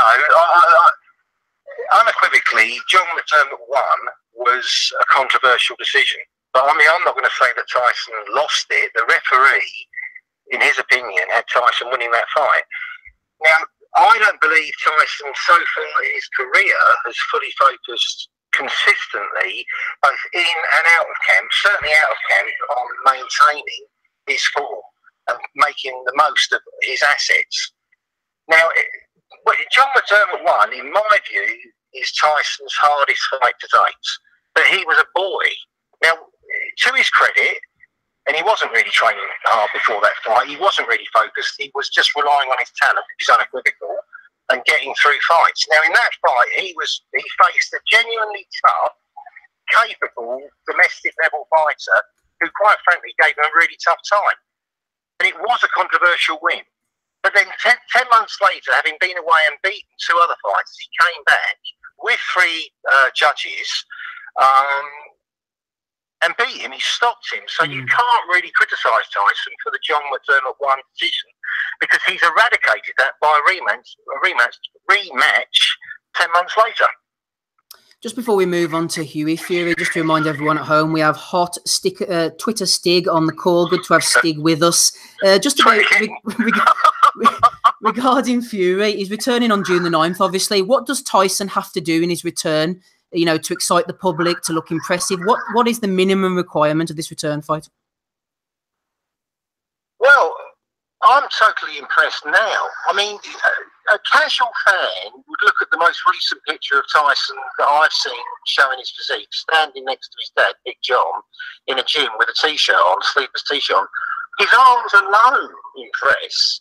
He just has to fight and not lose, because really this fight, Anthony Joshua, Deontay Wilder, Daniel Dubois, Joe Joyce, they're all stepping stones for Tyson achieving a goal that matches his talent. That's the picture, not this one fight. Anyone that denigrates this fight, you need to realise that Rocky Marciano was smaller than this man. Now, I'm not saying he's Mike Tyson, but Mike Tyson was of similar proportions. We don't know what tactics that bloke's going to come up with. If he's going to employ Rocky Marciano tactics, Tyson's never faced that. He probably has in sparring with Isaac Lowe. But he's not faced it in a professional public fight. It's a challenge, and that bloke is dangerous. He's lost once. That was for an international heavyweight title. So he, you know, the heavyweight division, which Tyson, he's a super heavyweight. Lennox Lewis moved the division on. The bloke he's fighting is a very credible heavyweight in previous eras. So it's very difficult for Tyson. If he doesn't fight Anthony Joshua or Deontay or, well, perhaps Povetkin this fight, people criticise him. But the fact is, in truth, if Tyson's on form, he easily beats all 3 of them anyway. So he can't win. The picture has to be the aim of Joe Lewis's reign. It can't be one fight, because that's going to be an anticlimax, which is fatal for Tyson, such an emotional man. I mean, one good thing about this fight that he's fighting on the 9th of June is he himself is learning to be in camp, stay in shape, stay focused, without the promise of a big, exciting fight. But this is all essential for a longevity of career. I think it's a great thing. Stig, we've had a question in from MB. He said, what would happen to a non-paying customer in your taxi, Stig? Would you just pull the doors down? What would happen if someone didn't pay you? Steve, I've had some huge balls. There was one guy once who, I mean, the cab in front of me, I wanted to do one more job before I went home early one morning. And the cab in front of me refused him. And as it was my last for this token that I'd set myself in my head to achieve, I thought, well, I'll do it. I took him, he was drunk. Anyway, he wouldn't pay. We went to cash machines, he wouldn't pay. We ended up in a bit of a struggle, and I had to manhandle him into the back of the cab.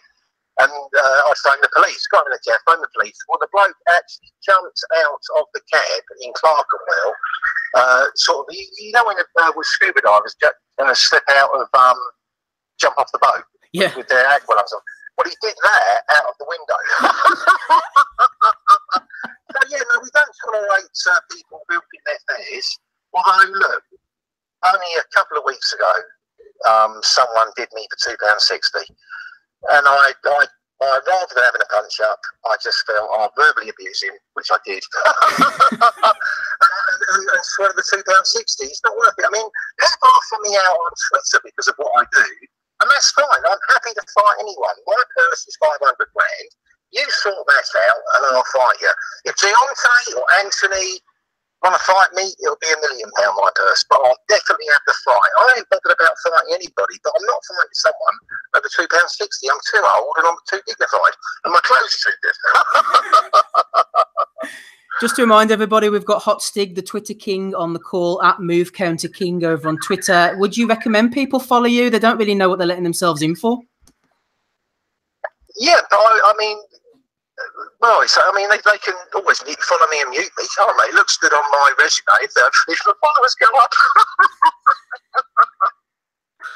I'm going to bring in Rob Kelly very shortly. Just before we do so, just a quick word on Hughie Fury. I wrote a piece during the week saying that we should slow things down. But on the Twitter chat, on the YouTube chat even, Jason Chukwu, a friend of the pod, says that Hughie would outbox Femi, as in Anthony Joshua. What's the deal with Hughie? Pushing him too quick or just the right pace? No, I don't think people... But the only thing that really interests Peter is world-level, world-class boxing. And that's what he believes who he is. And I believe who he is. I mean, people berated Mick Hennessy for saying that there's shades of Ali. Well, in my view, especially when Hughie moved backwards and to his own left, which was the predominant move that Ali did in all of his fights, sadly apart from the one against George Foreman, which I watched this morning, when, in my view, Ali his head wasn't right anymore. So, and that was a sad loss. It was a pity to see that, and Foreman didn't enjoy that win. He does box like Ali. His style is remarkably similar. I believe Hughie's world class, and I do believe Peter is not interested in rushing his own son. Peter called out Femi from his yacht, not Femi's yacht, when Peter was on a yacht in the Mediterranean in 2016. If Peter didn't believe Hughie could beat Femi then, he wouldn't have called him out, because Peter's not interested in the fight that he doesn't believe he could win. And that's even more the case now. I believe Hughie Fury causes Anthony to miss so much he will tire, and I actually believe that Hughie will knock Femi out right now. That's my view. The problem is, though, he would make Femi miss or Joshua miss, just like he made Parker miss, but he wasn't throwing enough counter shots to make him pay. In some people's view, but in my view, I mean, I wasn't ringside because I'm not in the inner coterie and I wasn't prepared to pay the ringside tickets, but my seat was as good as ringside. I was very happy with what I saw for what I paid. And in my view, a judge has to take an opinion every round. What dominates that round? And in my view, Hughie's defensive ring generalship dominated virtually every round. And although Joe threw loads of shots, I mean, those Pompey figures that they put out, that's just not that's not what I saw. I didn't see Joe landing. So for me, the judges should have given Hughie that decision, and to say that he's not the world champion, in my view, is errant, but that is the way it is. He's moved on, and then he's come back and fought Sam, and you couldn't have asked him to do a better job. I was so chuffed with what Hughie did, and I believe he would do that to Anthony. I do believe Anthony will tire and then knock him out. Stig, just before I bring Rob in, final question from me. If Big Mick Hennessy got in the cab and demanded you take him down to KFC immediately and refused to pay, would you have to start throwing hands? Yes. 100%. Right, listen up. Hopefully you can hear Rob. Go ahead, Rob. Any questions for Stig? Yeah, no, I just want to say I kind of feel the same as Stig in a lot of ways. Like, I kind of call that Fury and Hughie would be world champions. And I remember John Ryder's granddad getting on to me and say, Rob, you're dreaming. And it's only Hughie's own fault, really, that he's not the world champion now. Like, in retrospect, like, you have to say defensive ring generalship is one thing, but if you create openings, then you have to exploit them. And looking at the fight back, he made him miss so much. And when Parker was available for the counter, he didn't give it to him. Like, so he's instrumental in his own downfall, and that he's not the world champion now. But I think that's not to say that he won't become one in time. But in terms of the Fury Ali stuff, dude, like, you know what I mean? I'm a huge Tyson Fury fan. I'm one of the biggest fans. Call him the big Klitschko and all that, but like, you can't compare him. Man, that's not to say he won't go on to have a career. He's much better than Klitschko. Much better. The reason we witnessed what we witnessed is because he can do what Klitschko does better than Klitschko, so he elaborates and to get to the next level. He's levels above everyone in the heavyweight division, and that includes both the Klitschko's and Pete. No, I agree, but you have to say, like, one of the things that Tyson Fury doesn't get enough credit for is being smart, right? And he's smart and he plays dumb. He plays dumb for the cameras. But Tyson Fury's a smart guy. So he's taking these 3 fights because he knows he needs these 3 fights after 3 years out.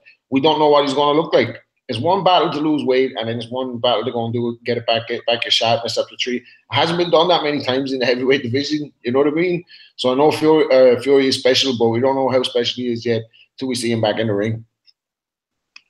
Okay. Well, on the Huey winning and possibly on your reservations on Tyson, can we agree to disagree, Rob? No, we could just agree I'm right, Stig. No, I'm joking. Yeah, that's fine. Any closing comments from you, Stig, before we move on? And thanks for coming on and being such a good sport as well. No, it's an absolute pleasure, gents. Keep up the good work. And if Andy could moderate his language, it would save me a few embarrassing moments. And when he does make the excellent points that he makes, I wouldn't have to listen to it all again, so I can hear them. Because I turned it down because there were young children in the cab. So the best thing is, Stig, you don't want anybody dropping any C-bombs right now. You know, Andy wants to come in. Andy, keep it clean, please. I'll keep it clean. I love Andy. Cheers, mate. Hey, Stig, were you actually serious when you believe that Fury would beat Ali? Remember, obviously, I mean, we played your clip actually at the start of the podcast. And that, do you believe? Do you really believe that? Which Fury are you talking about? Tyson. Yeah, no, I mean, look, I love Muhammad Ali. I grew up with Muhammad Ali. I watched him. He is amazing. Pound for pound, he's a better fighter than Tyson. Pound for pound. But we're not talking pound for pound here. Tyson is a super heavy. Ali was a heavy. And Tyson is a very good boxing super heavy. And with respect to Ali, and the Furies love Ali and honour Ali, they try to emulate him in their boxing. But Tyson Fury, with respect, and I love Ali, it was a great era. He was a great fighter. He had great fights. He captured the hearts of the whole world. But Tyson Fury would beat him quite easily, in my view. Yeah, I'm sorry, Ali, but that's how I feel. I believe that. Maybe currently, I don't know. What about if Tyson went in with Huey? Who would win that? Well, that will never happen. I mean, they've sparred. Look, the reason that wouldn't happen is because I would have no interest. I've got no heart for that fight whatsoever. And the Furies wouldn't do that to me, would they?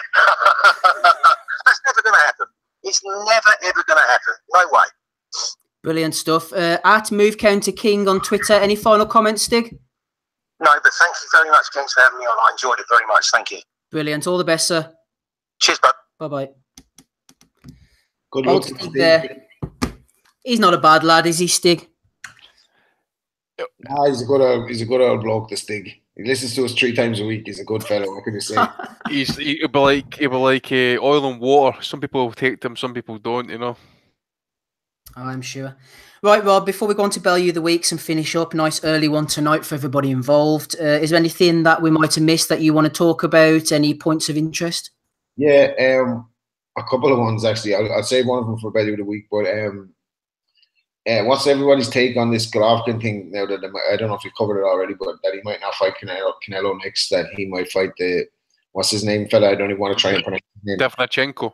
Davlachenko, yeah, right, 11-0. And then Oscar seems to be going another way, like that they're breaking down on negotiations, 65-35 for Canelo. Golovkin's wanting 50%. Yeah, so what do we think about that? Like, I mean, that's clearly to me De La Hoya trying to scupper the fight and put this young athletic guy in with Golovkin and put him, see if he can do a bit of a jig on him and see what he has left. Like, Well, I see Oscar talking about that, or maybe it was Hearn, I think, says that he's trying to get options or get an offer made for Jacobs against Canelo. I wouldn't mind seeing that fight, and I would fucking love to see Golovkin against Divnachenko. I think a lot of people, or some of us at least, I don't think we really want to see the rematch. We think, well, we say Golovkin win the fight. I know Golovkin said in the past he doesn't fight for money, but you know, considering all the things that's went down, if you look at the recent pictures, Canelo looks definitely slimmed down. His nose jacked. I really don't know. I mean, end of the day is when the shit hit the fan. Sorry, Stig. When the shit hit the fan, you could actually see the fact is that Golovkin's side actually said as well. You know, we're maybe not fighting at all now. A lot of stuff's been said. You know, by Golovkin's team that you know, they probably say no, we don't need that fight anymore. You know, fuck Canelo, because end of the day is always going to get is, you know, entitlement this, entitlement that. I want this, I want the A billing, and okay, maybe he is the A side, but at the end of the day as well as you got done for drugs. You are a drugs cheat. That's all it matters. But at the end of the day, he's been given a 6-month suspension. It means nothing. He's going to come back. He's going to make mega million paydays. You know, what's missing one fight? You know, considering the amount of money that guy makes. That guy owns Golden Boy Productions, or Golden Boy Promotions, I should say. Without him, there is no Golden Boy. So you know, they're just playing the side. The fact is that they're the A side. Golovkin has got options. Whether they're going to be lucrative options, we all know it's not going to be unless he fights Canelo. But Divnachenko fight, I want to see that. I wanted that fight next instead of fighting that Martirosyan.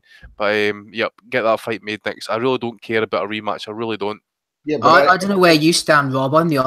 It's a credibility issue for me. I want to see the rematch because I don't want Canelo getting pushed in the directions of like a Lemieux, getting him back down again in weight, Gary Spike O'Sullivan. I don't want them promising us Jacobs and all that. But what I want to ask you, Rob, is if they say you have to fight Derevchenko, Golovkin, and to keep the IBF belt, would you be in favour of Golovkin dropping the IBF belt if a Canelo rematch was guaranteed? Because I probably would. Because that'd go against his whole. That's the problem, yeah. With all the belts and the gentleman, he doesn't fight for money. So if he drops the belt, then everyone's going to be like, oh. But I wouldn't begrudge him for the payday, like, and I think he owes Canelo an ass whooping, like, so I wouldn't be against the rematch. But I think that Oscar's thinking, right, he's off the gear now, lads. You know what I mean? He lost the last fight when he was jacked up to the max. Like, you know what I mean? He's off the gear now. He has no hope. Like, let's get Gary Spike O'Sullivan in the fight that we all want to see. You know Fat Apples has made an interesting comment. He says, why is Molina getting 2 years and Canelo's only getting 6 months? I mean, there's no sort of universal line here. This is the thing. I wanted to bring this up as well because I was listening on before I got on. Yeah, and we were talking about like one of the listeners tweeted in raging about the doping bodies. But like, it's true. Why isn't it 2 years? Like, why isn't it 2 years? Why isn't Canelo getting a 2-year ban? He's the high profile guy. He's got busted. He's not getting a 2-year ban because he makes money, and that's it. Like, and it's corruption. So everybody, like, we should be pushing for 2-year bans in cases of dope. Sorry, but it one's after walking in on me like a BBC here. Say hello to everyone. Right, don't then. Right, I'll come back this soon. She got no views on UCAD or anything, no? No. What do you think? Exactly. Right. Andy, I had a conspiracy theory. It's a bullshit one, but I'm going to throw it out anyway, just for a bit of a laugh. The Nevada State Athletic Commission, I was thinking maybe they scuppered Jaime Munguia as an opponent in light of his win over Saddam Ali. He was a very worthy opponent for Golovkin compared to Martirosyan. The Nevada State Athletic Commission thought, we'll have to can this Munguia fella. He might give Golovkin a few problems, and that might scupper our big Las Vegas rematch between Canelo and Golovkin. What about that for a bullshit conspiracy theory? Yeah, I'd heard that. I dare say Munguia actually even probably thanked the commission for actually kind of, you know, basically making sure he didn't get an ass whooping, and he got a chance to fight Ali and become a world champion. We did say last week he's going to move in weight at some point, so yeah, I can see your point there. As again, just going back to, I just found an article here actually on the split, according to Lawfler at least anyway. He says Canelo's holding firm for 65-35 financial split, while Golovkin as unified champ wants at least 50-50. There was a split of 70-30 in the first contest. Wow.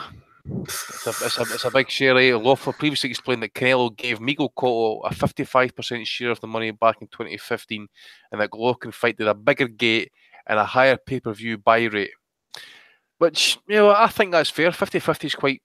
I think that's quite fair. At the end of the day, as well as where's the contrition for Canelo? By the way, is it because he's his hair test has apparently cleared him of actual cheating? Whereas we've actually discovered in the past that this hair test can actually be flawed as well. He's bigger than contrition. He just swaggers on and does what he wants. He knows he's the power broker. He knows it too. If that hair test was legit, we would have heard about the hair test the second it happened. He would have said exactly. And that's actually Steve, mate. Why did it take, 4 or 5 weeks and that before he did the hair test? Fucking, as I says at the time, if you did WBC coming out waxing lyrical for the absolute moment that drug test came through, they were absolutely convinced that he was innocent without any shred of proof. Without any shred of proof. So what did they then do is they fucking keep banging the drum. The WBA start banging the drum as well. As they were all conspiring. I wouldn't say conspire, but they probably just all kind of like, just taking sides, going to keep the guy sweet. But I mean, fuck, he fucking, to actually go like that. I mean, you could see that he was fucking shredding the weight all that time, and he's just. And it's absolute proof. Like there's so many examples of shady stuff that we know has gone down behind the scenes on money fighters. Chavez, Andy Lee, money fighter. Mayweather and Pacquiao. What does Mayweather need a therapeutic use exemption to rehydrate to fight a fella he's already bigger than? What does he need that for? You know what I mean? And why does he get brushed under the carpet? Why don't we find out about it till the fight is over? Because he's clearly up to something. Like the Pacquiao stuff over the years. It's just riddled at the moment, and it should be 2-year bans. I don't care how big a draw they are. Like, get rid of them all. Let the best fighters be on top. Rob, where does Billy Joe Saunders fit into all of this? That's what I'm interested in. I mean, he's going to be left out in the cold at this rate, possibly. I mean, he surely have to bang the drum to make the Canelo fight if Golovkin's not gonna if they're gonna go a different route to Golovkin. Like, he has to bang the drum for that fight. Like, I want you next. Travel, go see him, turn up at his press conference, do something, make that fight happen. Because other than that, like, you're just going to be fighting mandatories or, you know what I mean? He needs a big payday. Saunders deserves a big payday now too, for me. It wouldn't surprise me if it's Oscar's doing the talking here, right? So it wouldn't surprise me if Oscar's trying to price him out of the fight. But as well, at the same time, as people can go on about pay-per-view numbers and who's the bigger draw and all this shit, the fact of the matter is this: Golovkin has never failed the drugs test. He is a unified champ. Canelo is coming off a suspension. They fought to a fucking fake-ass draw. So 50-50 sounds reasonable for a guy who's obviously not just fighting fucking Canelo, but he's fighting the fucking judges. So 50-50 seems fair. And another thing, if this hair follicle is exonerating him, how come the suspension hasn't been overturned? Like, exactly, and as I was going to say as well, mate, it took him 45 weeks to do the hair sample. Why did he not put himself up for an autopsy right the second that test came through? Immediately, he could have Instagrammed it. He's big on Instagram. Exactly. Straight to the lab and Instagrammed it to prove his innocence if that was really the case. But no, like, they waited. And then all of a sudden, we know he's suspended, but we're going to fight him in September, and he's innocent now, by the way. You know what I mean? And now Golovkin's like, all right, well, if we fight him in September and he's juiced out of his mind, let's make the playing field even. I brought a lot of money to the table too. Like, it's absolute certainty, guys like Gomez and WBC and WBA and that. There's absolutely no way that Canelo could be cheating. Well, how the fuck do you know that? Are you wearing 24/7, 365? Do you know what he's taking put up his nose or in his arm? There's an interesting interview with Chris Algieri, obviously boxer turned nutritionist, working with Danny Jacobs on Fight Hype, I think it was. It came on my YouTube feed, and he was very skeptical. I know a lot of people are, but this is a guy who I trust when it comes to those type of things, nutrition and all that. He's qualified, and he just couldn't believe that Canelo Andy would be putting things in his body, unbeknownst to him. It's real slack stuff for someone of his level. Yeah, mate, listen, if you are the elite, so to speak, you've got people running about you, advising, you've got your chefs, they should be known. But at the end of the day, as well, as we've discussed this many times about drugs and sport and that, if you're not in the gear, you're not going to make it, right? Or generally speaking. But the gains, the clearly, if you go back and watch like the Pride days, for example, when you see guys getting fucking launched 50 feet across an octagon cage or a ring and getting his face, he get power slammed to like a deadlift, and he just picks a guy up like 5 feet in the air and slams him into the ground and stuff like that. Clearly the PEDs work, so you'd be an absolute lunatic and an idiot not to be taking it. But and obviously again, as you can't be taking it, but there's guys that are clearly skirting or basically on the hairy edge, taking this stuff, hoping they don't get caught. I mean, I find it incredible as to how many football players don't get caught for drugs.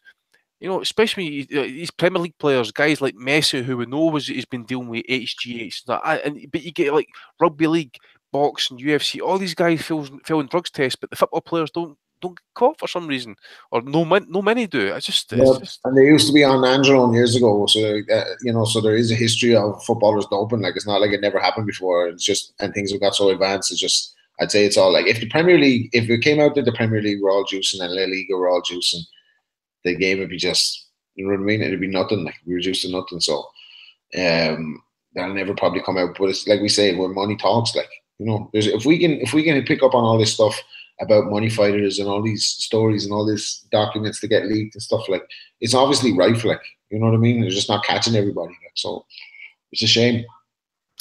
It is. Just before we move on to Value of the Weeks, guys, then if anybody has any opinions, Jason Chukwu reminded me in the chat, I was going to mention this and I'd actually forgotten about it. Dillian White, Kubrat Pulev, surprise bidder. Let's have a look at the bids. Team Sowerland bid $801,000. Eddie Hearn with an $831,000. But Epic Sports and Entertainment, promoters of great shows such as Nothing Before, put in a $1.5 million bid for this one. It's John Wirt. I think he was something to do with Don King back in the day. I mean, what does this mean? Does this mean anything at all, Andy? We're going to get Pulev against White. Where's it going to take place? Who are these new power brokers? Any insight? To be honest, mate, I have not actually followed it. I've seen some comments on Twitter maybe a day or so ago saying that that White was having to go to Bulgaria. I just found the ESPN article here. Actually, I'll need to go and read this actually, but I don't usually fill me in. But I think it's absolutely putrid that you've got a guy like Eddie Hearn who constantly goes on about money, constantly talks on about making a profit, and he constantly goes on about Dillian White getting a world title shot, but he's got to pack him off to Bulgaria to basically get a shot at a title. I think it's absolutely... But again, though, you just don't know.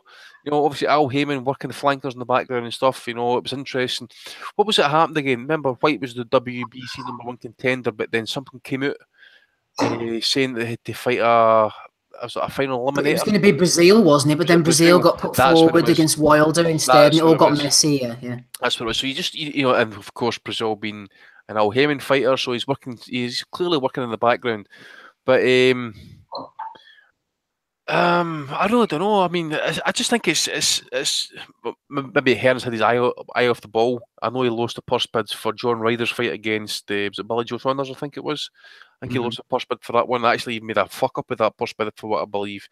But what I'll say here is, Andy, I'll believe it when I see it. I'm not casting doubt on Epic Sports, but whenever somebody comes in, they have to apparently submit the contracts, obviously, by the beginning of June, and the fight has to take part within a stipulated date. But if Pulev, as the highest ranked contender, is getting over $1 million, White's getting about, what, $350, I want to see the contract signed and the money put up, as Eddie would say, first of all, so we know that these are a serious player and not just another, you know, built on sand organisation. Well, I'm just reading Dan Raphael's article right now as you're talking there, mate. It says Epic Sports Entertainment submitted 10% of his bid total at the purse bid, which took place at the IBF offices in New Jersey, as 5 business days to submit a check to the IBF for another 10%. So, you know, White's going to receive 25%, which is $375,000, and Pulev is going to receive 75%, which will be $1.125 million. No life-changing money at the end of the day, guys. You know, like you like to hear Hearn talking about life-changing money. So interesting to see if start talking about proof of funds, as you say, Steve. But it'll be interesting if this fight goes ahead, actually. But you know, I've had no knowledge about this as I'm reading and talking to you just now about it. So yeah, it'll be interesting, very interesting. Brief comment, Rob. I think you're probably like the rest of us. If this fight is going to happen, let's just frigging make it happen and move on. Yeah, big time.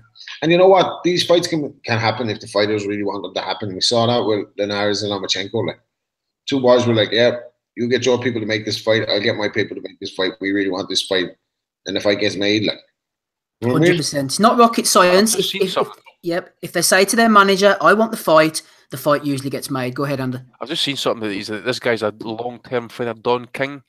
Yeah, up to 1.5 million, so you can guarantee that 1.5 million isn't Epic Sports' money. if you listen to Don King and that, he never spent his own money in those fights. Don's not going a bit slow. Good old Don, he's still going, even being pumped back into the game at the age of 90. I think he's about 86, 87 now, Don. This guy will never die. Bellew of the Week will never die either. Evil never dies, mate. Evil never dies. Right, let's move on. Remember, by the way, if you use iTunes and you can't wait for the download each week, then head over to patreon.com/Boxing Asylum and sign up for the $5 package, where you get access to an exclusive iTunes feed where the show appears if it's around an hour or so after it ends every Sunday. And also you get 2 extra pods a month that you won't hear anywhere else. Patreon.com/Boxing Asylum. The Bellew of the Weeks, and then we shall finish up. First nomination that I have is from Tommy McDonald. Tony Bellew. Early bird catches the worm, says Tony. I wonder what he's on about there. This was a good one from Ricky Gravel. Josh Warrington was celebrating backstage after his win over Lee Selby. A few McDonald's cans on the table and a bag of sniff, says Ricky. There was a dispute over whether it was a bag of salt or sugar or something, but we're not quite sure. Ricky has made his own assumptions there. Mark Payman has nominated Box Nation, or Bob Arum, in fact, talking through the medium of Box Nation. When you talk about size, strength and determination, you have to give Jeff Hearn a very good chance versus Crawford, says Bob Arum, talking up that fight, which will take place on June the 9th. That was the other fight, Andy, that I couldn't remember, on June the 9th. So we've got a packed show next week, mostly with previews in anticipation of June the 9th. Okay, Rob Kelly has nominated this chap, Rob, for getting Roy Jones's face and stuff all tattooed over his back. What's going on here? Yeah, Roy put up an Instagram post during the week of a fan who had a picture of Roy in the ring, some belt, a picture of an old Roy Jones as well in there, and a pit bull to top it off. So y'all must have forgot. You fucking pit bull. So, but if we ever get Roy on the pod, I'm going straight to the tattoo artist to get the exact same tattoo. Yeah, we definitely want to get Roy on the pod. That would be absolutely excellent. Maybe one day, who knows? More chance of getting Roy Cropper, I think, man. I would say so, yeah. Royston Vasey. If you've submitted a casual comment, by the way, go over to facebook.com/Boxing Asylum. You'll see them over there. Colin Simpson has nominated Talk Sport. Tony Bellew, in fact, on Talk Sport. I actually punch harder from Tyson Fury, says Tony Bellew. BoxingScene.com. Oh, this is a classic. Donnie recommended this one. This could well be the winner. I think it was Errol Spence. Tank Davis would smoke Lomachenko, says Errol Spence. Jesus Christ, like. Oh dear. That's a bad one from Errol, Rob. Man, that's just pathetic though. Like, you know what I mean? You can be biased to whatever you might know the fighter, but just don't talk nonsense. Like, he's not going to smoke Lomachenko. Like, I admit he might be dangerous for Lomachenko for the first 3 rounds. That's it though. Lomachenko take over that fight and break him down in bits. And that's why Mayweather's hanging that over Gervonta as a threat. They keep talking about me in the media and I'm going to make you fight Lomachenko. You know what I mean? Yeah. Chris Blackman has nominated Eric Molina for cheating and still being shit. John Swan has nominated Eric Molina as well, puts up a pathetic show against Anthony Joshua, accuses him of juicing, then deletes the tweet and later gets a 2-year ban for failing a drugs test for the same fight. Michael Benson was talking about Scott Quigg. Scott Quigg has been nominated by Colin Simpson. Quigg declared he would be willing to jump in as Carl Frampton's opponent for his August the 18th fight at Windsor Park, but thinks they won't take that fight as it would be playing with fire. Gabe Lewis of this parish, I haven't seen him this week, talking about, it was Cornelius Bundridge actually, was calling out Reggie Miller TNT for calling Anthony Joshua Anthony Johnson. Anthony Johnson against Deontay Wilder, what do you think? Have to put up the money for Mr. Johnson? But hey, Joshua's a worldwide known superstar, just like Carol Froch, international superstar. Anthony Johnson versus Deontay Wilson. Deontay Wilder's got the fucking word in the ear of the President of the United States. Fucking Anthony Joshua's got the ear and the backup at Eddie Hearn. Jesus Christ. And Stormzy. Stormzy, aye. Chris Blackman has nominated Anthony Fowler. Shirley Crabtree was talking about the Inoue McDonnell fight. If you're English, please unfollow me, says Anthony. Not happy with Miss Crabtree not getting on board. Also a bit of grammar issues there. Points out, who was it? Chris Blackman for Anthony Fowler. Giancarlo has nominated Spencer X for talking about how Kell Brook shouldn't bother with Jarrett Hurd because Kell is a former champ and Hurd has a padded record. Yeah, okay. Good old Spencer. Oh God. Who have we got here? Rory McGonigal has nominated the Sky Commentary Clowns. Inoue hadn't even been presented with the belt yet, and they had started a full-scale conversation about how McDonnell was caught cold and drained at the weight, says Rory. Chad Hogan has nominated J and C. Morning Eddie. Firstly, gutted for Jamie Mack. He looked drained and gone at the weigh-in. Hope he picks his head up and goes again. Secondly, Ari Adrian Broner's unprofessional approach to business.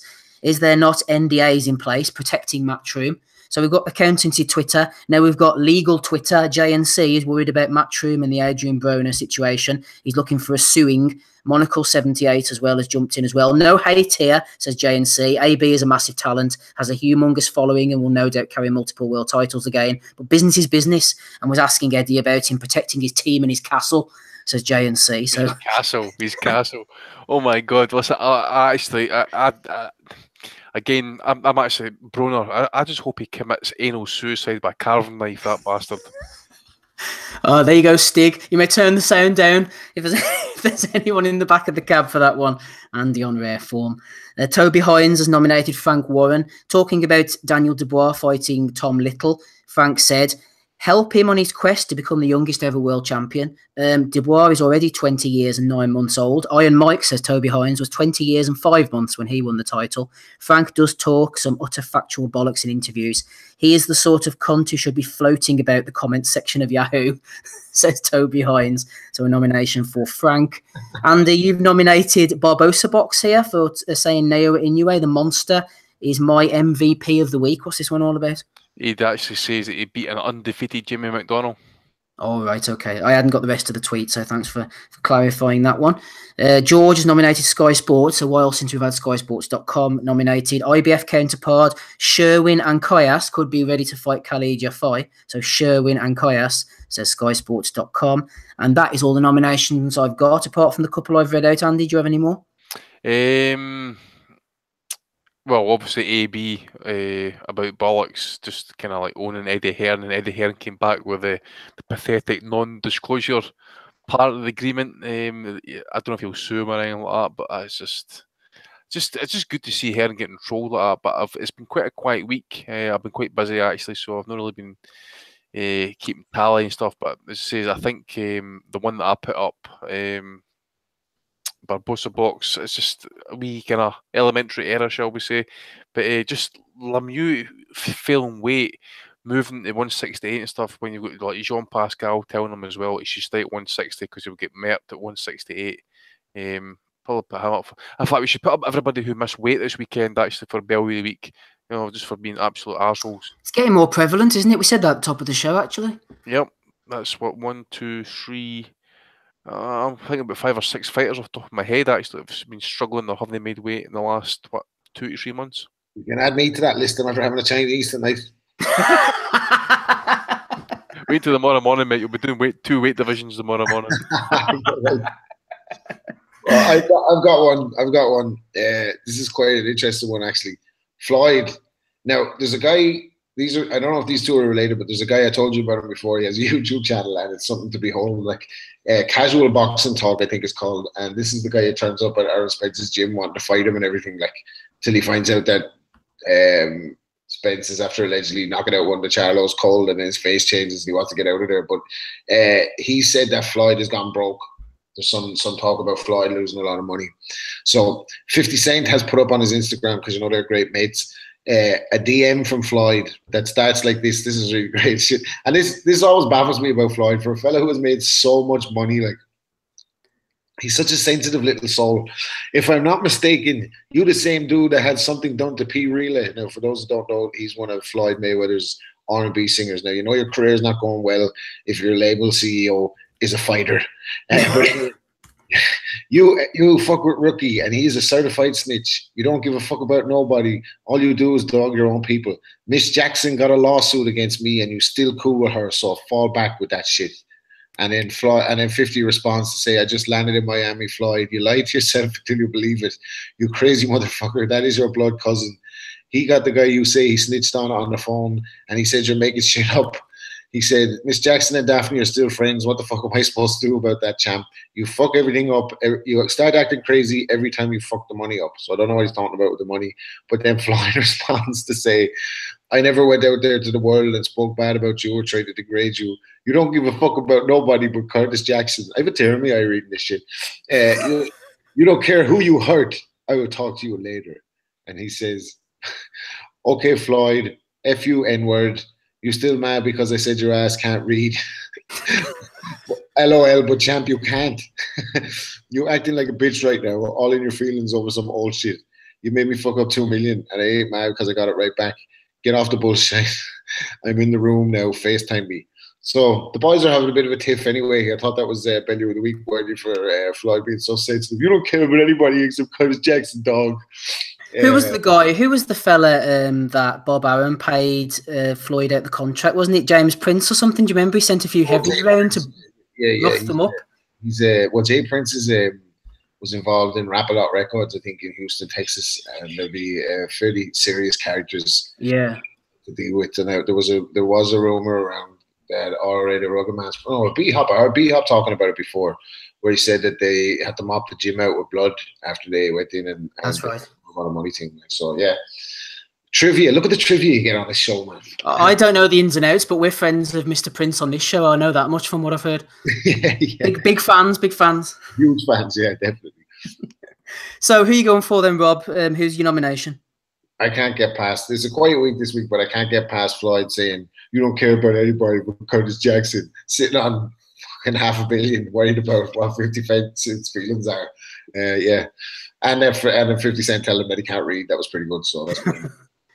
That old chestnut. I'm going to go for JNC at J13CBV. He's the guy who was gutted for Jamie McDonnell. He's hoping that Eddie has some kind of legal thing in place to try and protect Matchroom from the evil AB, Adrian Broner. And then he's saying about protecting Eddie's team and his castle.